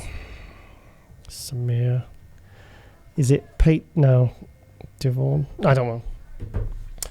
Let's just assess their physiques. Okay, these are the lower place guys. They're trying to work out the bottom kind of 5 here. This guy looks the best out of this bunch. Turn to the right. Yeah. Do you think so? Yeah. Yeah, he does, doesn't he? He's got the best condition. He's pretty complete. Pretty complete. Quarter turn to the right. Right, let's just go through a couple of these. How much are we doing for time? We've got a bit of good time. A few minutes yet. Yeah. Hey, this guy looks great here. Look at the back. Green and blue guys. Yeah, they're all in green and blue trunks. Face front. Yeah, Samir needs to just. Yeah, can't turn up looking like that, mate. Sorry. Front double bicep. 19 and 17. 1917. Yeah, that's the two best there. That is 21. Front lat spread. Yeah, then him. Yeah, I mean Samir Trudy placing like almost last at the New York Pro. That's just ridiculous. Side chest. You can't come third in the Arnold then last at New York Pro. You know. You should get him on and ask him what happened. Yeah, I might get him on actually. Just say, mate, come on, let's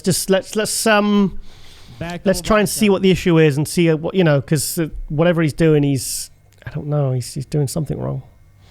You kind of looked in the mirror that morning and said, yeah, I've nailed it, because look at that, it's all soft. Yeah, this guy is really impressive. This far left, yeah. Yeah, one next to him and the purple pants guy. Yeah, no, I totally agree. Okay, here we go. Here's the top 4. Quarter turn to the right. So we have Nathan Epler here. He won. We had John Jewett here, 2nd place. Noel Adam in 3rd place here. And then Derek Oslin in 4th place. So let's have a look. See, from the side, Noel is absolutely crushing them. Front double bicep. So tight between John. See, yeah, he really got great structure. Look at the way the lats pop out. Front lat You spread. prefer John's? Yeah, John. I mean, it's close. It was very, very close, this one. Let's have a look at Derek. Derek looks very good. I'm so glad he tightened up in that week.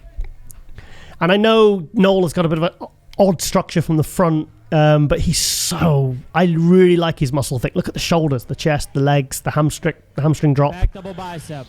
I mean, he crushes them in the side poses, absolutely crushes them. And it was very, very close between John and Nathan. Let's have a look. Oh, he's not. Come on, get the pose out properly. That's close. I'd give that one to John. That's probably one of John's best poses, the rear double bicep. So what else we got? Let's have a look. Yeah, they're all in. See, Derek's probably in the least best condition of that 4, but he's tight. He's in good condition, but he's not quite as dry as these 3. All right, let's have a look. Yeah, that's a really good solid top 4, that. See, I'd give that one to Nathan. Abdominals and thigh. Or Noel. Yeah, John just needs to be a bit fuller, doesn't he? He needs that 5 pounds to really look impressive, to be really winning shows like this decisively, and not easily, but decisively. Your favorite most muscular. Let's have a look. Right, okay. We'll watch this one then, and we will call it a day on this 212 New York Pro review. God, I can't take myself Noel down. He's such a freak. His legs. Wow. Yeah. Relax. Thank you, gentlemen. Back in line. Right. Okay, then. I think we will leave it there. But yeah, that was the 212 at the New York Pro. We couldn't actually put it in last week's episode because the episode was so long. It would have just made the episode, it would have taken about 3 days to upload. So we decided to do it in this episode 99 of MD Global Muscle. So 1 away from 100. Yay! So, okay, guys, I hope you enjoyed this 212 New York Pro review. And stay tuned for the next segment on MD Global Muscle. And, guys, we are out.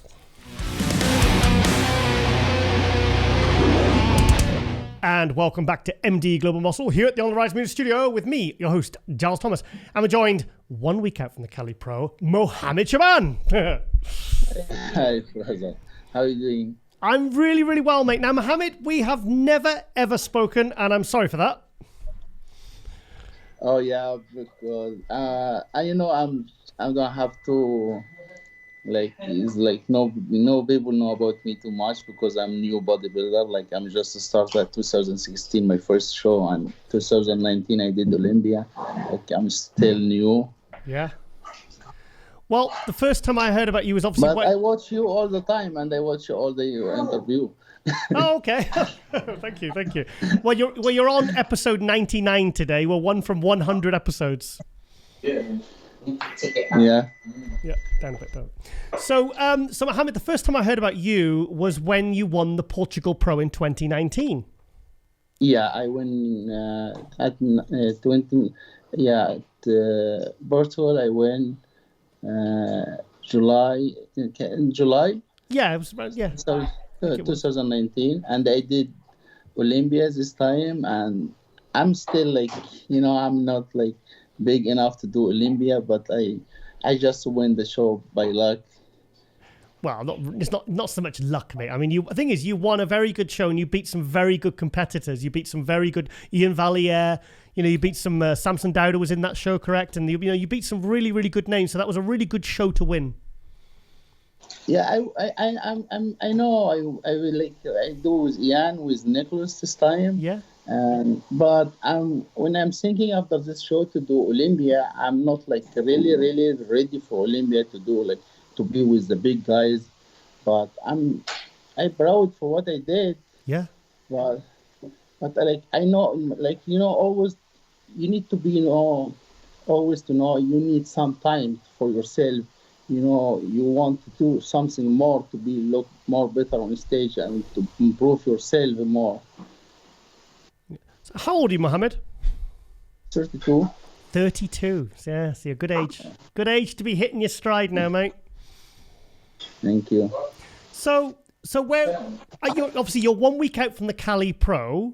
Because I've seen the pictures on some of the Instagram accounts, and you're looking absolutely sensational, by the way. I mean, I saw the one on Sulio's, and I was like, you've made some serious improvements since 2019. Yeah, this time I did Cali Pro like last year, 2020, and when I don't win this show, I get six, and when I asked the judge what I need to bring in next time, and he gave me the feedback, and Tyler said you need added more weight in your body. And this time I work really, really hard.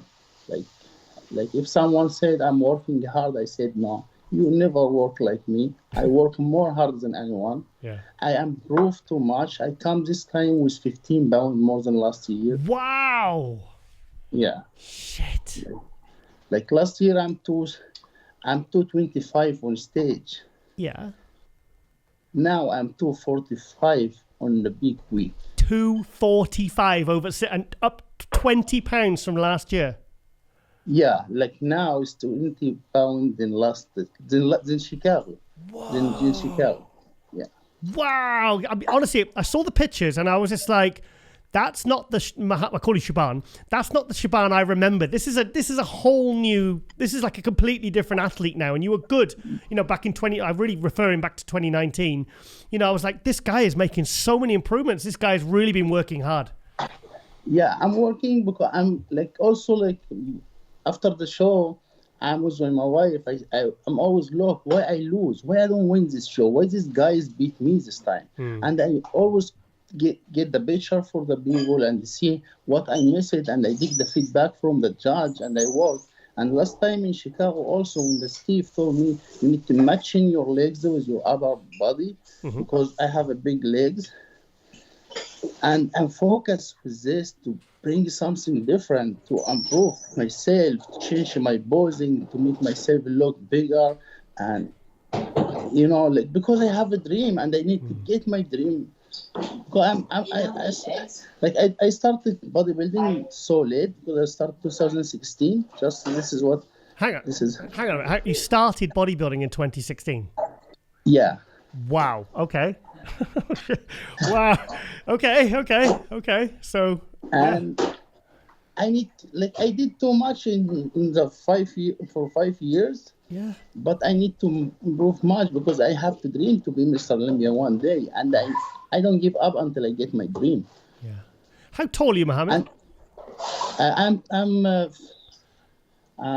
know by centimeters. Yes, 175. 175. Kalim's going to check on his phone whilst we're talking about how tall that is. Do you know how many 5 foot? Do you know what it is? It's like 5'7", 5'7" point something. 245 pounds at 5'7". Yeah, and 245 pounds. Shit. Okay. Do you know whose physique you remind me of? When I saw the pictures the other day, it reminded me of Mustafa Mohammed from about 2002, 2003. Go back and he nearly beat Jay Cutler at the Grand Prix in 2003. That's whose physique you remind me of. The waist, the huge lats, the huge legs. That's who you remind me of.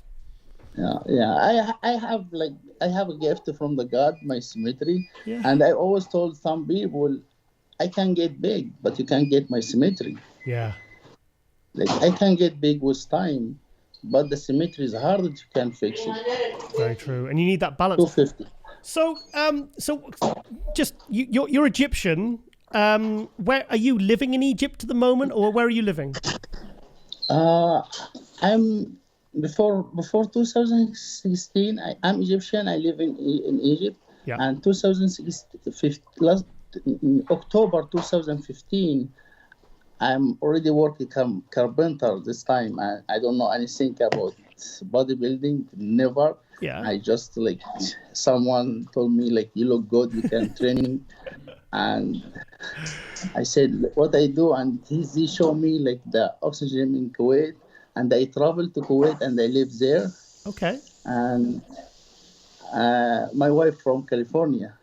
Right. Okay. And she also IFBB pro figure. Oh wow. What's her name? Sorry, what's her name? Tracy Dang. Actually, it's on the top left of this screen, so I've got it's her Skype account. So. Yeah, it's her Skype. Oh wow! So you live in California at the moment? Yeah, now I live in California. After 2019, she told me like you need to focus. If you want to be Mr. Romy, you need to focus and you need to live here. Like you need to move. Yeah. And I moved here in 2019 to focus just for bodybuilding, training with Charles Glass. My coach is Andrew Poe, and like we change every day. Like Charles Glass said, you change too much. Every day I see someone different. Wow. Like, but before that, I'm just like normal person, working carpenter. I'm nobody. It's just like I know something. Like if you need to get something, you need to work very hard to get what you want. And nobody better than you. Like I'm not better than you. Anyone in this life is just what the difference. You work hard more than me. Yeah. That's it. Wow. Okay, so I can't believe how quickly you're coming up the ranks. So you're really someone to keep an eye on. So you live in California. So that leads on to my next question, because I was thinking, why is he doing the Cali Pro? Why didn't you do the New York? Why didn't you do the Indy? What was it? Just purely because you live in California and it's more convenient to peak for that one show? No, it's just that I'm thinking to do like New York Pro before this show. Yeah. But I get sick already. And I get like in my arm, I get like what's it called? Tear in my arm and my biceps, little bit, and my stomach like have problem with digestion. And, like I don't feel good. And my coach said, you can't go before on a stage if you're not 100%. Yeah. Yeah, and California is next to my house. You literally live next door to the venue. Yeah, yeah, I live next to the show. I said, okay, let's do this show. So what is going on with these Egyptian bodybuilders? Because you've got Big Ramy, the Mr. Olympia, who's Egyptian. You've got Mohammed Elamam, who's in the show. You've got hang on, who's the other one? Hassan Mustafa. Why is Egypt all of a sudden producing these absolutely incredible bodybuilders? What's going on? Tell us the inside scoop. It's already like bodybuilding. Everybody training in Egypt, but you don't have some to like dream or something. Yeah. But when the Ramy start to go in Libya and thinking like he's trying to pro and this stuff, he make everybody look to be like, oh, I can do this, and he have good genetic. Like if you like, sometime I go watch a show in Egypt, is like have like 2,000-3,000 athletes. Yeah, like it's crazy. What? And everyone have a chance to be something good, but he don't have money. What? Money. No, it's not only money. It's the same. Like the bro, like thinking. Right, the mindset. Yeah, the mind. Like to be pro or something. But now everybody see Rami, Hassan, Muhammad, see Shaaban, see this. Oh, now I can do. Yeah. Now I can be someone. So, like, because I think it's really exciting to think there's 3 very good Egyptians going into the Cali Pro. 3 guys that literally could be that potentially could be the top 3 or top 5 in the top 5 in the first call out. So how does that make you feel as an Egyptian? Does that make you feel proud that you've got your fellow countrymen and you're all going to be, and you're all very good? Yeah, it's like some social media talking about who beat, like Hassan win, Muhammad win, Shaaban win. I said, I don't care about that. I'm proud of my friend. We are 3 Egyptians on the stage. I wish the best for everyone. I wish we go Olympia and be like 4 or 5 person on the stage on Olympia. Like this make me happy. Yeah. I am not compete for someone. I compete for my dream. Yeah. Like I don't have like to compete I go to beat this or beat this. No, I compete to get my dream. I compete for something more big than to be someone. Yeah. So what obviously with Rami winning the Olympia, what did that do for the mindset for yourself, for all the Egyptian bodybuilders? Did it really, what did it do for Egyptian bodybuilding as a whole? Like before all the Egyptian athletes just to do the world champion, like that's it. Like just every year they compete at the world championship. That's it. Nobody get the pro card and thinking to be pro and thinking like to take this step. Yeah. Rami make everyone like open the eyes on like why we stop here? Now we can do something. So he's inspired all of you. Yeah. Yeah. Like he's make everyone like thinking like I can be big Rami one day. I can do this. I can do this. Yeah. Yeah. Because he's followed a kind of similar path to you. He went to Oxygen and then he's did his, and he's gone off and done his own thing and. And he's gone from being, like he went very big, very quick from getting his pro card. It was just, it must be something about Egyptian genetics, just the and the mindset. It's something about that. And I'm getting this work ethic. I'm getting the really good work ethic coming through. And I think that's really why, well, kind of like Rami's really risen to the top, isn't it? Really? Yeah. Like Rami, I think he's the first one. He win the pro card and he go in Olympian senior and he get in top 10 in the first year. Like he's make everyone like what something happened here. Like I can't. Wow, it's like a little like a Rami army's coming from Egypt now and they're going to assault the pro ranks. Yeah, he live in Egypt now. He don't live anywhere. Yeah, he's just with Dennis now and Chad. Like he will come here to. This is the last time I heard he will be here before Olympia to start here. Yeah, his prep. Yeah, he's more focused. One more question about Rami. Did you see when he returned back to Egypt from America? Did you see the response when he arrived? Did you see that? Yeah, everyone. This is Egypt. Every time, also like me, anyone, like I go. Also when I'm do just like the pro show and I take cert or take fit. Yeah. When I go there, they make big party. Everybody with me, see, make you feel like so proud and make you so happy. This is Egypt. Everybody love to share with you your or celebrate for you like.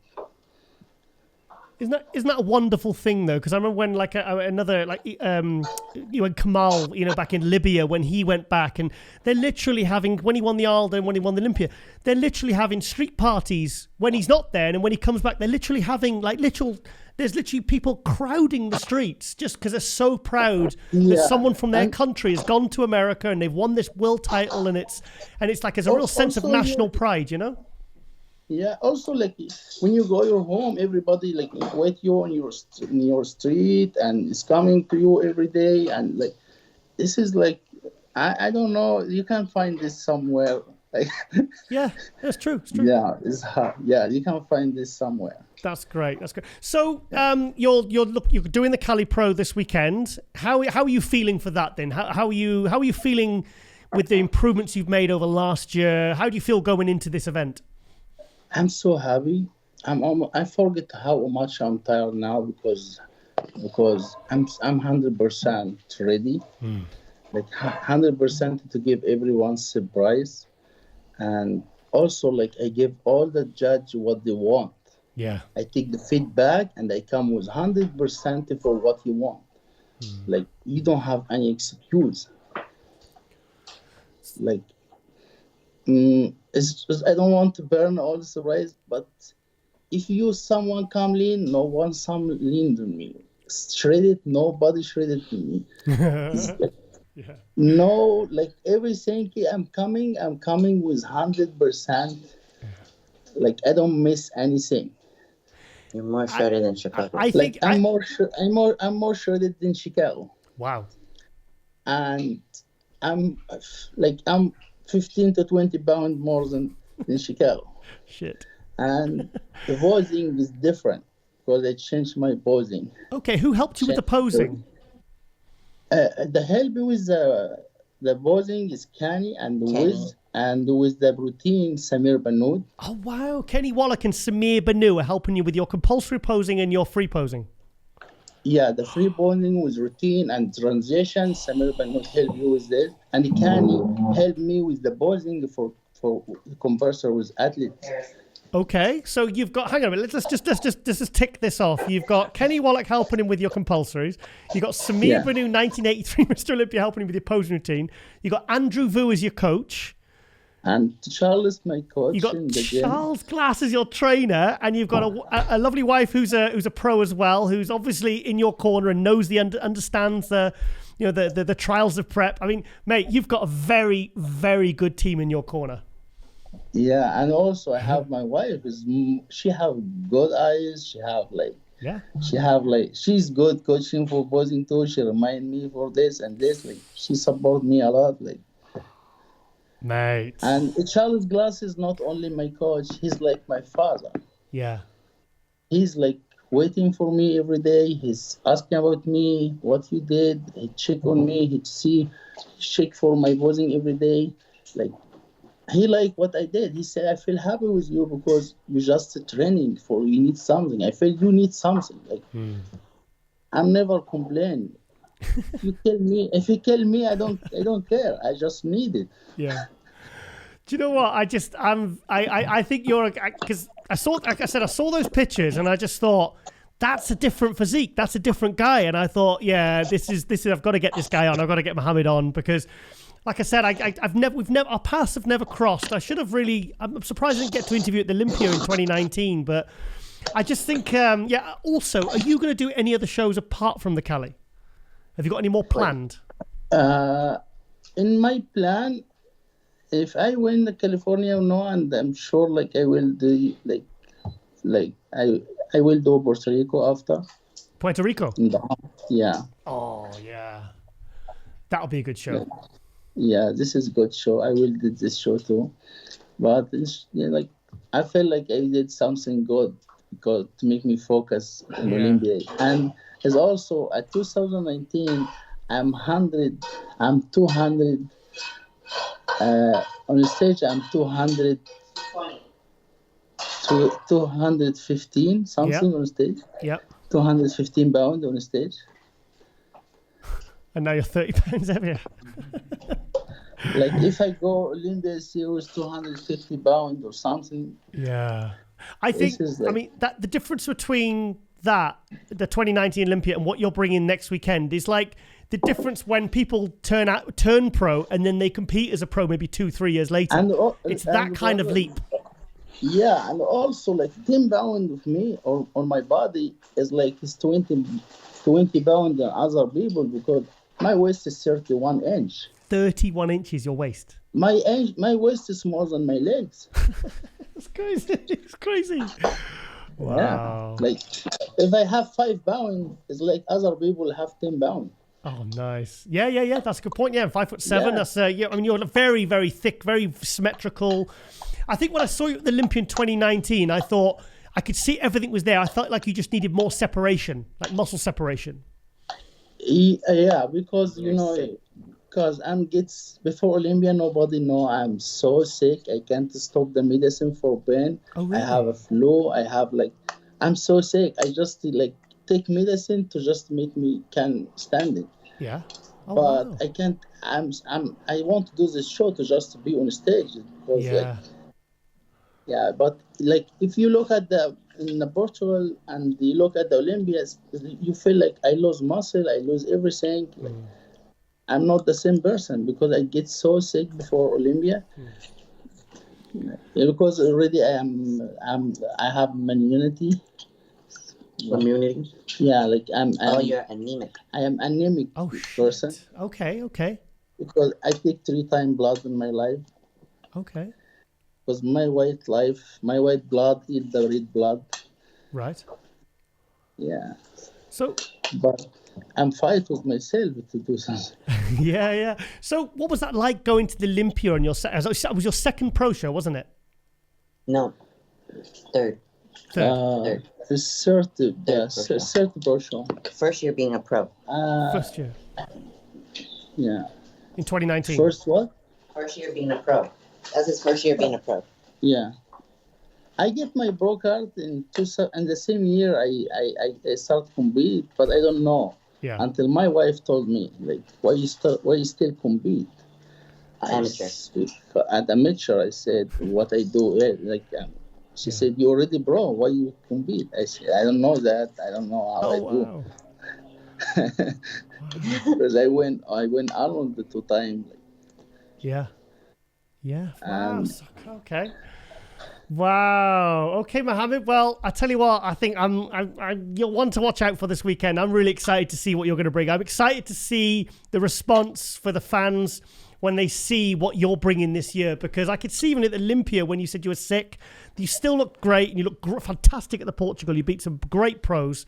So I'm just really excited to see what you're going to be bringing now with this new, like I said, you've got all these amazing people in your corner. And I can see you're very confident. You're quietly confident there. Sorry. And all the picture we share now, we don't share my picture right now. We don't share any picture. Everything is different. It's totally 100% different than anyone see. The photos are the photo at the. Oh wow! So what was the ones I saw? The photos are 75% of what he looks like. Yeah. So the pictures I saw, the Sulio's ones, the guy, the Instagram account. What? How many weeks out were they? It just has bad lighting, so you couldn't really see the depth and the separations. How many weeks out? How many weeks out? Is it 2 weeks now? 2 weeks. 2 weeks. Yeah. 2 weeks. Okay, so I can see it in your eyes. I can see that you got something. You got something up your sleeve for this weekend. I can tell. First time also I'm not tired. I'm so happy. Then because you're happy, you're excited, you did everything is right. Yeah. You forget you're tired. You're happy, and I can't wait to eat my cookies, brother. Fantastic. I can't wait to eat my cookies. Yeah. I know everyone when he prep, he tried to go away from the food or something. My coach, if he give me something, maybe I eat less. Last time my coach said, I give you example 500 carb. I said I eat 300. He said, why? I said, I need to win. I don't care. Yeah. I need to win. He said, but why you don't eat low? I said, no problem. I bake cookies every day and I don't care. Okay. Wow. Okay. Well, I can see you're feeling good and you're feeling fresh, and also you can have a nice holiday in Puerto Rico as well. Well, it's at the Bahamas, isn't it? Right after the show, you can have a nice holiday and then shut it down for the Olympia. Again, I don't hear that. Oh, could you repeat yourself? I said after the Puerto Rico, you said you can stay there a few days and have a little bit of vacation as well. Oh, stay in Puerto Rico. Oh yeah, for the sure. Bahamas. For sure. And already we already sponsored this show. Okay. If we already will go already anyway. If I win California, I will go this show already because we sponsor the show. Okay. Because I have cookie company. Oh, I have fantastic. cookies company. Yeah, and I will go this show to watch. Okay. Anyone you want to give a quick shout out to? Any thank yous before I let you go, Mohammed? I nearly call him Tracy then because his name's up on the thing. I was gonna keep looking. I was reading the name. I was thinking, no, his name's not Tracy. It's Mohammed. First one, I want said my wife for the first one support me, and I want to tell you thank you. Charles Glass, Andrew, everyone, Samir Benoit, Kenny, everyone helped me, and all my fans and everyone he asked motivation me or anyone gave me also, like, if he not motivation, anyone told me you missed something or something. I said thank you because you make my eyes open on my weakness or something. Helps you be better. Yeah, like, and already I'm learning, and every day I'm learning from I fail. When I fail, is not fail, is meaning I'm learning to get better. Fantastic. And like I say, everyone's like, thank you for everyone, and thank you for your interview, brother, and thank you for reaching me, and I'm really happy to be with you, and this is and thank you God for everything, and thank God for giving me all the love for people. Fantastic. All right then, mate. Well, you've got an absolute dream team there supporting you. So I'm really excited to see what you're going to be bringing next weekend at the Cali Pro. So, Mohammed Shaaban, thank you so much for coming on MD Globe Muscle, and thank you there to Tracy as well. Can you making food in the background? Yeah, make sure he kicks ass next weekend, and make sure his colour's beautiful and everything's taken care of, and he's still smiling, and he's as he's walking on stage. Yeah, I'm always smiling. Yeah. Come to the US. Will you be here for Olympia?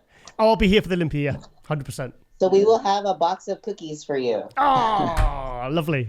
Yeah, show them the cookies. Yeah. Show us. This is my cookie. Oh, wow. Obsessive cookie. Okay. Obsessive cookie disorder. OC. Yeah. OCD fantastic. Wow. Okay. That looks good. Okay. Well, I'm looking forward to those cookies at Olympia. So, right. Yeah. Well, all the best with the next week with your prep. And I look forward, and I'll be watching the live stream, and I look forward to seeing how you do, and seeing that new improved version of Mohammed Shaaban at the Cali Pro 2021. You will be so happy, I'm sure. All right then, Mohammed. Okay, thank you, Take care. brother. Thank you so much. Bye-bye. Okay, guys, it is hot news and shout outs on episode 19, season 4, episode 19, episode 99 of MD Globe Muscle. Okay, so what's been going on in the crazy world of bodybuilding? Right, okay, first up is Nathan D'Asha, 6-time, I think it's 7, I'm sure it's 7 now. I'm sure it's 7 times pro champ. I'll have to check, I think he needs to update that. But it is so good to see Nathan D'Asha looking like this. There we are. Oh, let's put some music on. Look at the size of him.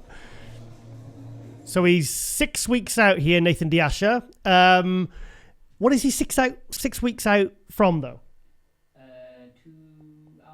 What? No. That's in September. No, the UK Arnold. That's October. That's months away. This is 6 weeks. Hang on, let's try and work it out. Ooh, Spain. Spain? Is he looking for Spain? I don't know what show he's doing. Because Nathan says he only preps for 6 or 7 weeks, so he gets ready very, very fast. The size of him, what a monster! Holy shit! Got beard. Look at him checking out his mates in the side camera. What a tank! I think he must be. My God, he must be not far under 300 pounds there, because he competes at about he says 260, 270. So I reckon I know he grows into the show, but he's a good. God, look at his fucking shoulders, Jesus. So he's about 280 something there, I would reckon, at the very bare minimum. But let's have a look. Come on, Nathan. Yeah, so he's 6 weeks out. So obviously, I mean, for a bit of context, Nathan's had a lot of hassle with the whole, the gym thing. He's keeping his gym open during the pandemic, and it was very stressful. He was, we showed the video where he was assaulted by the police and flying knee to the stomach, and there was a lot of drama, and he was arrested. And sorry. The court case is in his favour. The court case is in his favour, yeah. So it was really it wasn't nice to see Britain's number one going through that. It was stressful because we want to see him doing this. We want to see him doing what he does, inspiring and being a fantastic bodybuilder. I mean, Nathan's been 7th at Olympia. He was 7th in 2017. He dropped to 8th in 2018. 2019, he wasn't. Was he in the Olympia 2019? Or 2020? No, he wasn't. No, he wasn't in the Olympia. So we want to see him back at the Olympia. Want to see him back doing what he does. I would love to see Nathan actually in the Arnold, in the actual Arnold America. Because he's been lifting silly weights on... I can't really see there. But let's have a look at where he's lifting. Look at this. How many weights he lifted here? How many plates? So can we put the music on? Can we? He's such a tank. Look at him. That's not... Oh, no, it's doing that thing again. There we are. Go on, son. Devastated me had way more in me, but hands were slipping like mad. Pressing big boy weights for days and no low ass numbers. So he's doing a Ronnie Coleman. He's lifting heavy weights for high reps. So his hands were slipping, he claims. So, oh my God, what's he hack squatting there? Wow. What's that? Hang on, is that one? Hang on. 1, 2, 3. Keep still, Nathan. 3, 4, 5, 6. 8 plates. 8 plates. Close stance, lightweight, no band. What a session. This would have been, if it's have, not of. It really annoys when people do that. If I didn't have to pull out on single leg press. Had the worst twinge going on exercise 4, totally crushed me. Had no painkillers on hand to swallow and get through it. We live to fight another day, so fuck it, ha. Yeah, Whoah Dabiad, not playing around. What else we got? Right, manager Matt, kill that shit. Yep, he certainly is killing that shit. Nathan Dasher, yep, bud. He's responding to himself there. Justin Rodriguez, easy money. Fantastic. Well, I think you get the idea, but it is so good to see Nathan back. And I'm really, I saw that post about saying he was 6 weeks out, and I was so excited because it's, we really want to see him back. Look at the size of him. I'll tell you what, should we get him in the studio? Yes. Should we get him in the studio? I think we should get him in the studio for episode 100. Nathan, if you're watching, come to the studio and have fun. Come on, let's do some interviews together. Right, okay then. We will go to our next Global Muscle hot news. This is Antoine. Wow, Antoine Valant has 400,000 followers. That's incredible. Okay, now the big news is Antoine ripped his bicep. His other one now. It was 2019 when he ripped his right bicep, and now he's torn the left one. Yeah, so surgery is next Wednesday. So the surgery is going on when this episode comes out. Actually looking forward to it and commencing my recovery. Today I'm doing the pre-op COVID test. Blah, blah, blah, blah, blah. Because some shits aren't always... Right, okay. Didn't want to do my surgery. Denied. So we wasted a week waiting, doing nothing. Oh, I hope he can get that repaired. Because actually the other bicep, whoever did the surgery on that one, I hope they can do the surgery on this one because they did a fantastic job. You can't even tell he's ripped his bicep. So, yeah. Sorry? Yeah, well, if you can't train, you can't eat and stress as well, you're going to lose weight. So, but this is what... I mean, Antoine was 14th at Olympia last year. He won the Cali Pro. He won the Cali Pro last year. And that was such a great story. He was 7th at the New York Pro the week before. Yeah. And then he tightened up. And what did he... No, he carved up on... Was it 10,000 grams of carbs or something stupid? Yeah, I remember writing about it last year in my MD Global Muscle Buzz column. So, yeah. Honestly, Antoine is actually one of my favorites to interview as a bodybuilder, as a personality. And in fact, I think the first time I interviewed Antoine, that is one of my all-time favorite interviews I've ever done on Global Muscle. And if you think we've done 99 episodes and averaging 3, 4, 5 guests an episode, you realize just how significant that is because it was such a great interview. He's really open. He's very funny. He's very honest. And I always feel like I learned something from speaking to Antoine. See, I'm so excited talking about Antoine. But Antoine, we love you, buddy. And we just hope that you're going to come back from this strong like you have done. And it's just another thing for you to overcome, my friend. So stay strong, buddy. And we'll see you back up on stage very, very soon. Right, okay. Now, the reason I'm doing Roly Winkler, not Roly, Roly Winkler is because I'll be honest. After 2019, which was disastrous for him, 2020 we didn't see him on stage. I kind of thought he was starting to go off the boil a little bit. I mean, I thought we would never see what we saw in 2018 when he was third place at the Olympia. Could have been second. He won the Arnold Australia, looking absolutely sensational. He won the Prague. The reason I'm scrolling is I can't. And I'll be honest, I thought he was a little bit on the slide. And then I saw, as he put it up, the guest posing he did. Let's have a look. No, come on, he's got to put the guest posing up. Oh, I need to illustrate my point. Yeah, he's not put it up, has he? He's not put it up. Oh, really? Oh, come on, man. Oh, he likes his trainers, rider wear, sneakers. Oh, I do like that brand. What is it? Is he sponsored by them all? He must be sponsored because he is sponsored by the rider wear. Yeah, he loves his shoes.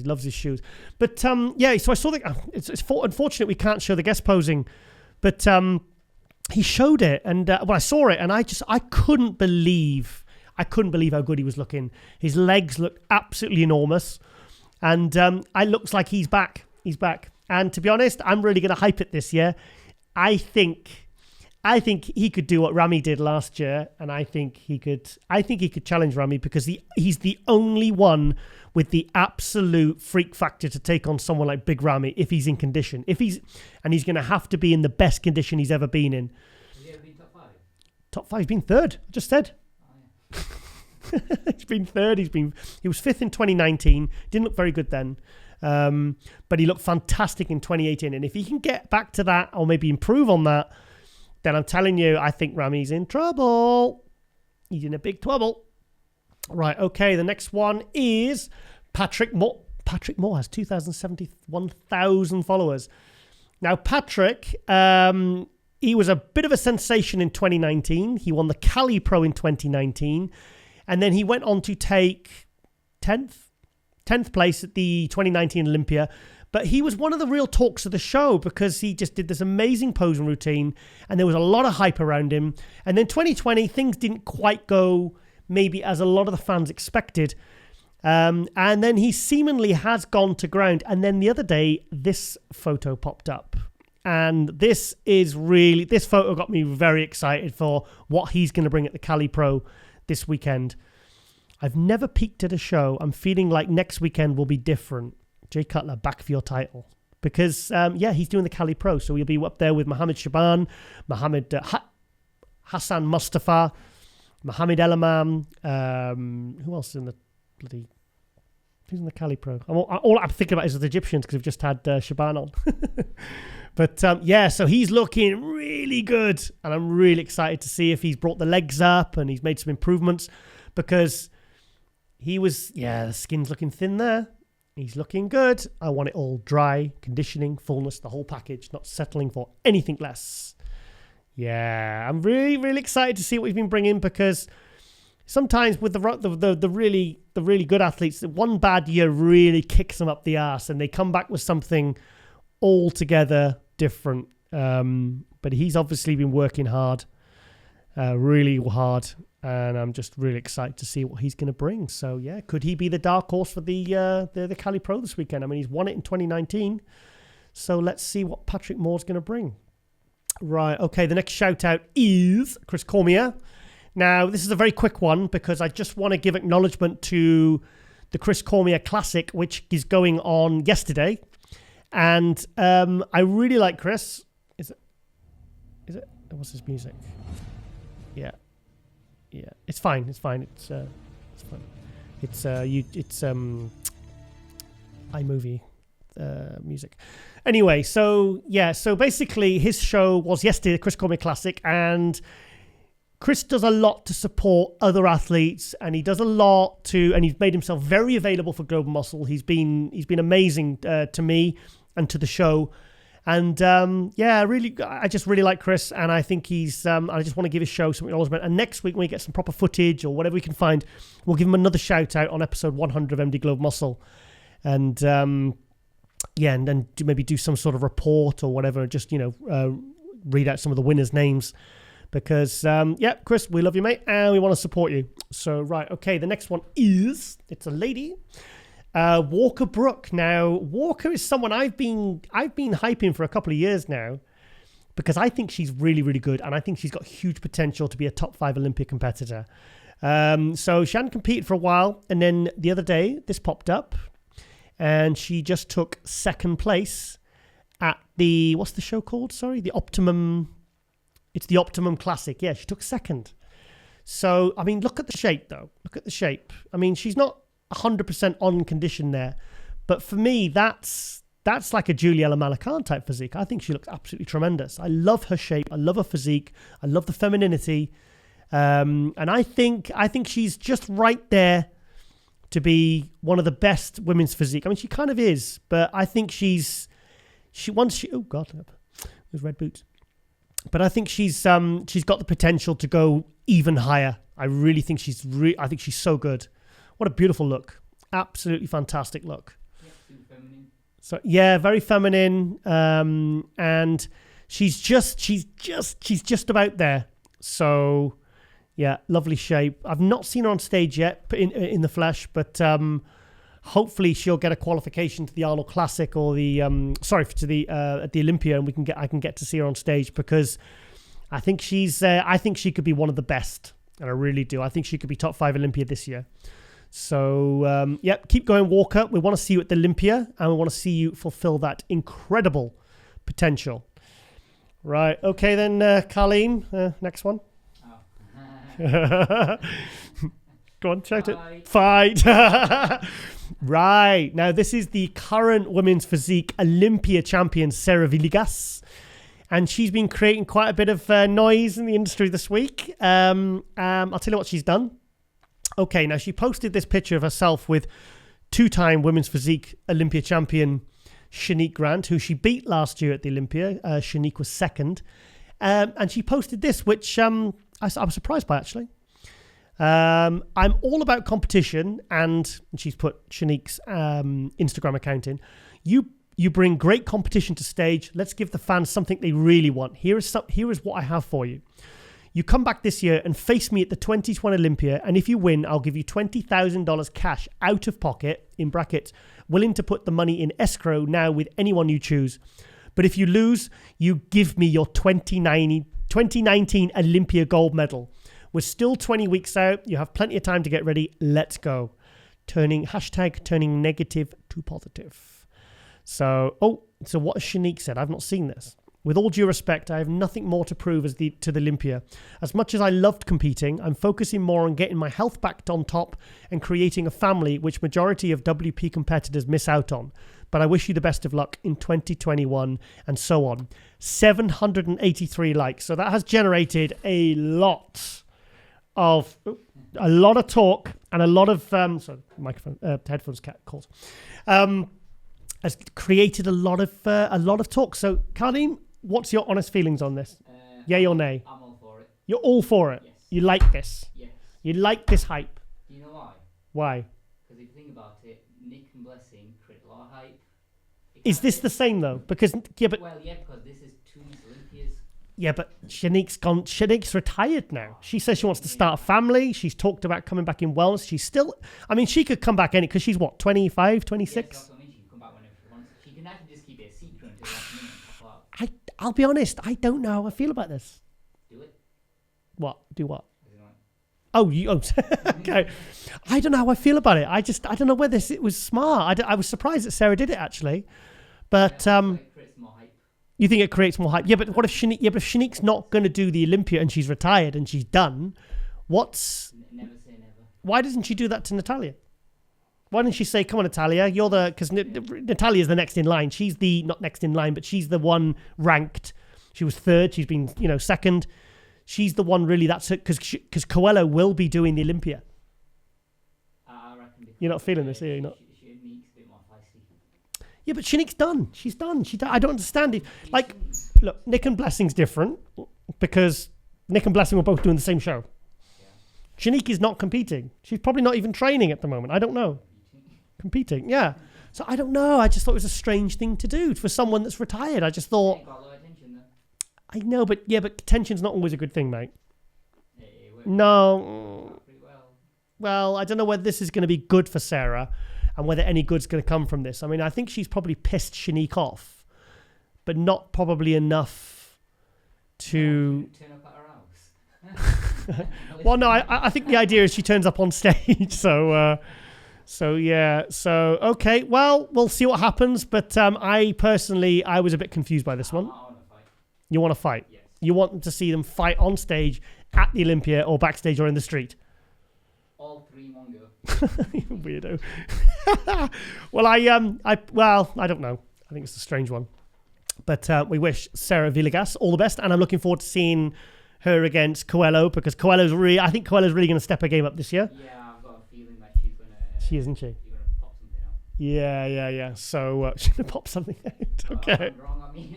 Okay, right. Well, we're losing light here, so we're going to go to our very last shout out. This is one of my favorite Instagram accounts. SadandUseless.com, which is a website, sadandUseless.com.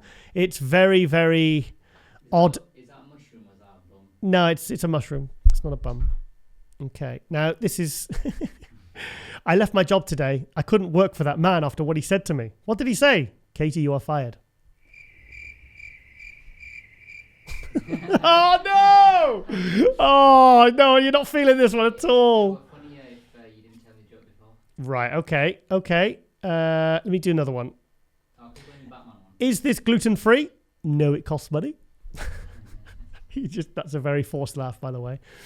I am not saying a word without my lawyer present. You are the lawyer. Exactly. So where is my present? No, I don't think people are laughing watching. You're not laughing, are you? These are called jowl jokes. Dad jokes. Hang on. This is a good one. I like this one. I don't like people who take drugs. Me either. Airport security, for example. Right. Okay. Well, I can just feel the response. My page last time was bad. What's this? Hey, well, we got to balance it up. So you have to have a shit one. I have to have a shit one. I'll show one more just so I try and hope that one of our viewers laughs. The plates. What? The what? The plates. One day you are young, and the next this is sexy. See, that is sexy to me. Yeah, nice clean plates. Because it's all in order. Everything's in order. It's color coded. So that's unsexy to cover the window up. Right. Okay. Right. I think we'll leave that one anyway. So, right. Okay then. Make sure to follow Sad and Useless, sadandUseless.com. And yes, I hope you've enjoyed this episode of MD Global Muscle. Sorry about this. I thought we could go without studio light, but obviously I'm like Batman sat in the dark. So anyway, yes, so we're one episode away from episode 100. So be sure to check that out. And obviously check out the MD coverage of the Cali Pro all this week. And it comes out on Wednesday. So the next day, we're having a barbecue. For episode 100. You can do. Yeah, can do. You can invite some girls over. Well, I've got a girl. So I'm good. I'm good. Thank you. All right, okay. Right, okay then, guys. Well, hope you've enjoyed this episode of MD Global Muscle. And like I said, we wish all the competitors the very, very best of luck for the Cali Pro this weekend. I think it's going to be an absolutely incredible show. And obviously, there's no restrictions this year, because last year they had a lot of the COVID restrictions and they had to move the venue and no audience and stuff. So I'm hoping the promoter gets a good crowd this year. So, okay, guys, thank you for watching MD Global Muscle. Thank you for watching. Thank you for supporting. And guys, we are out.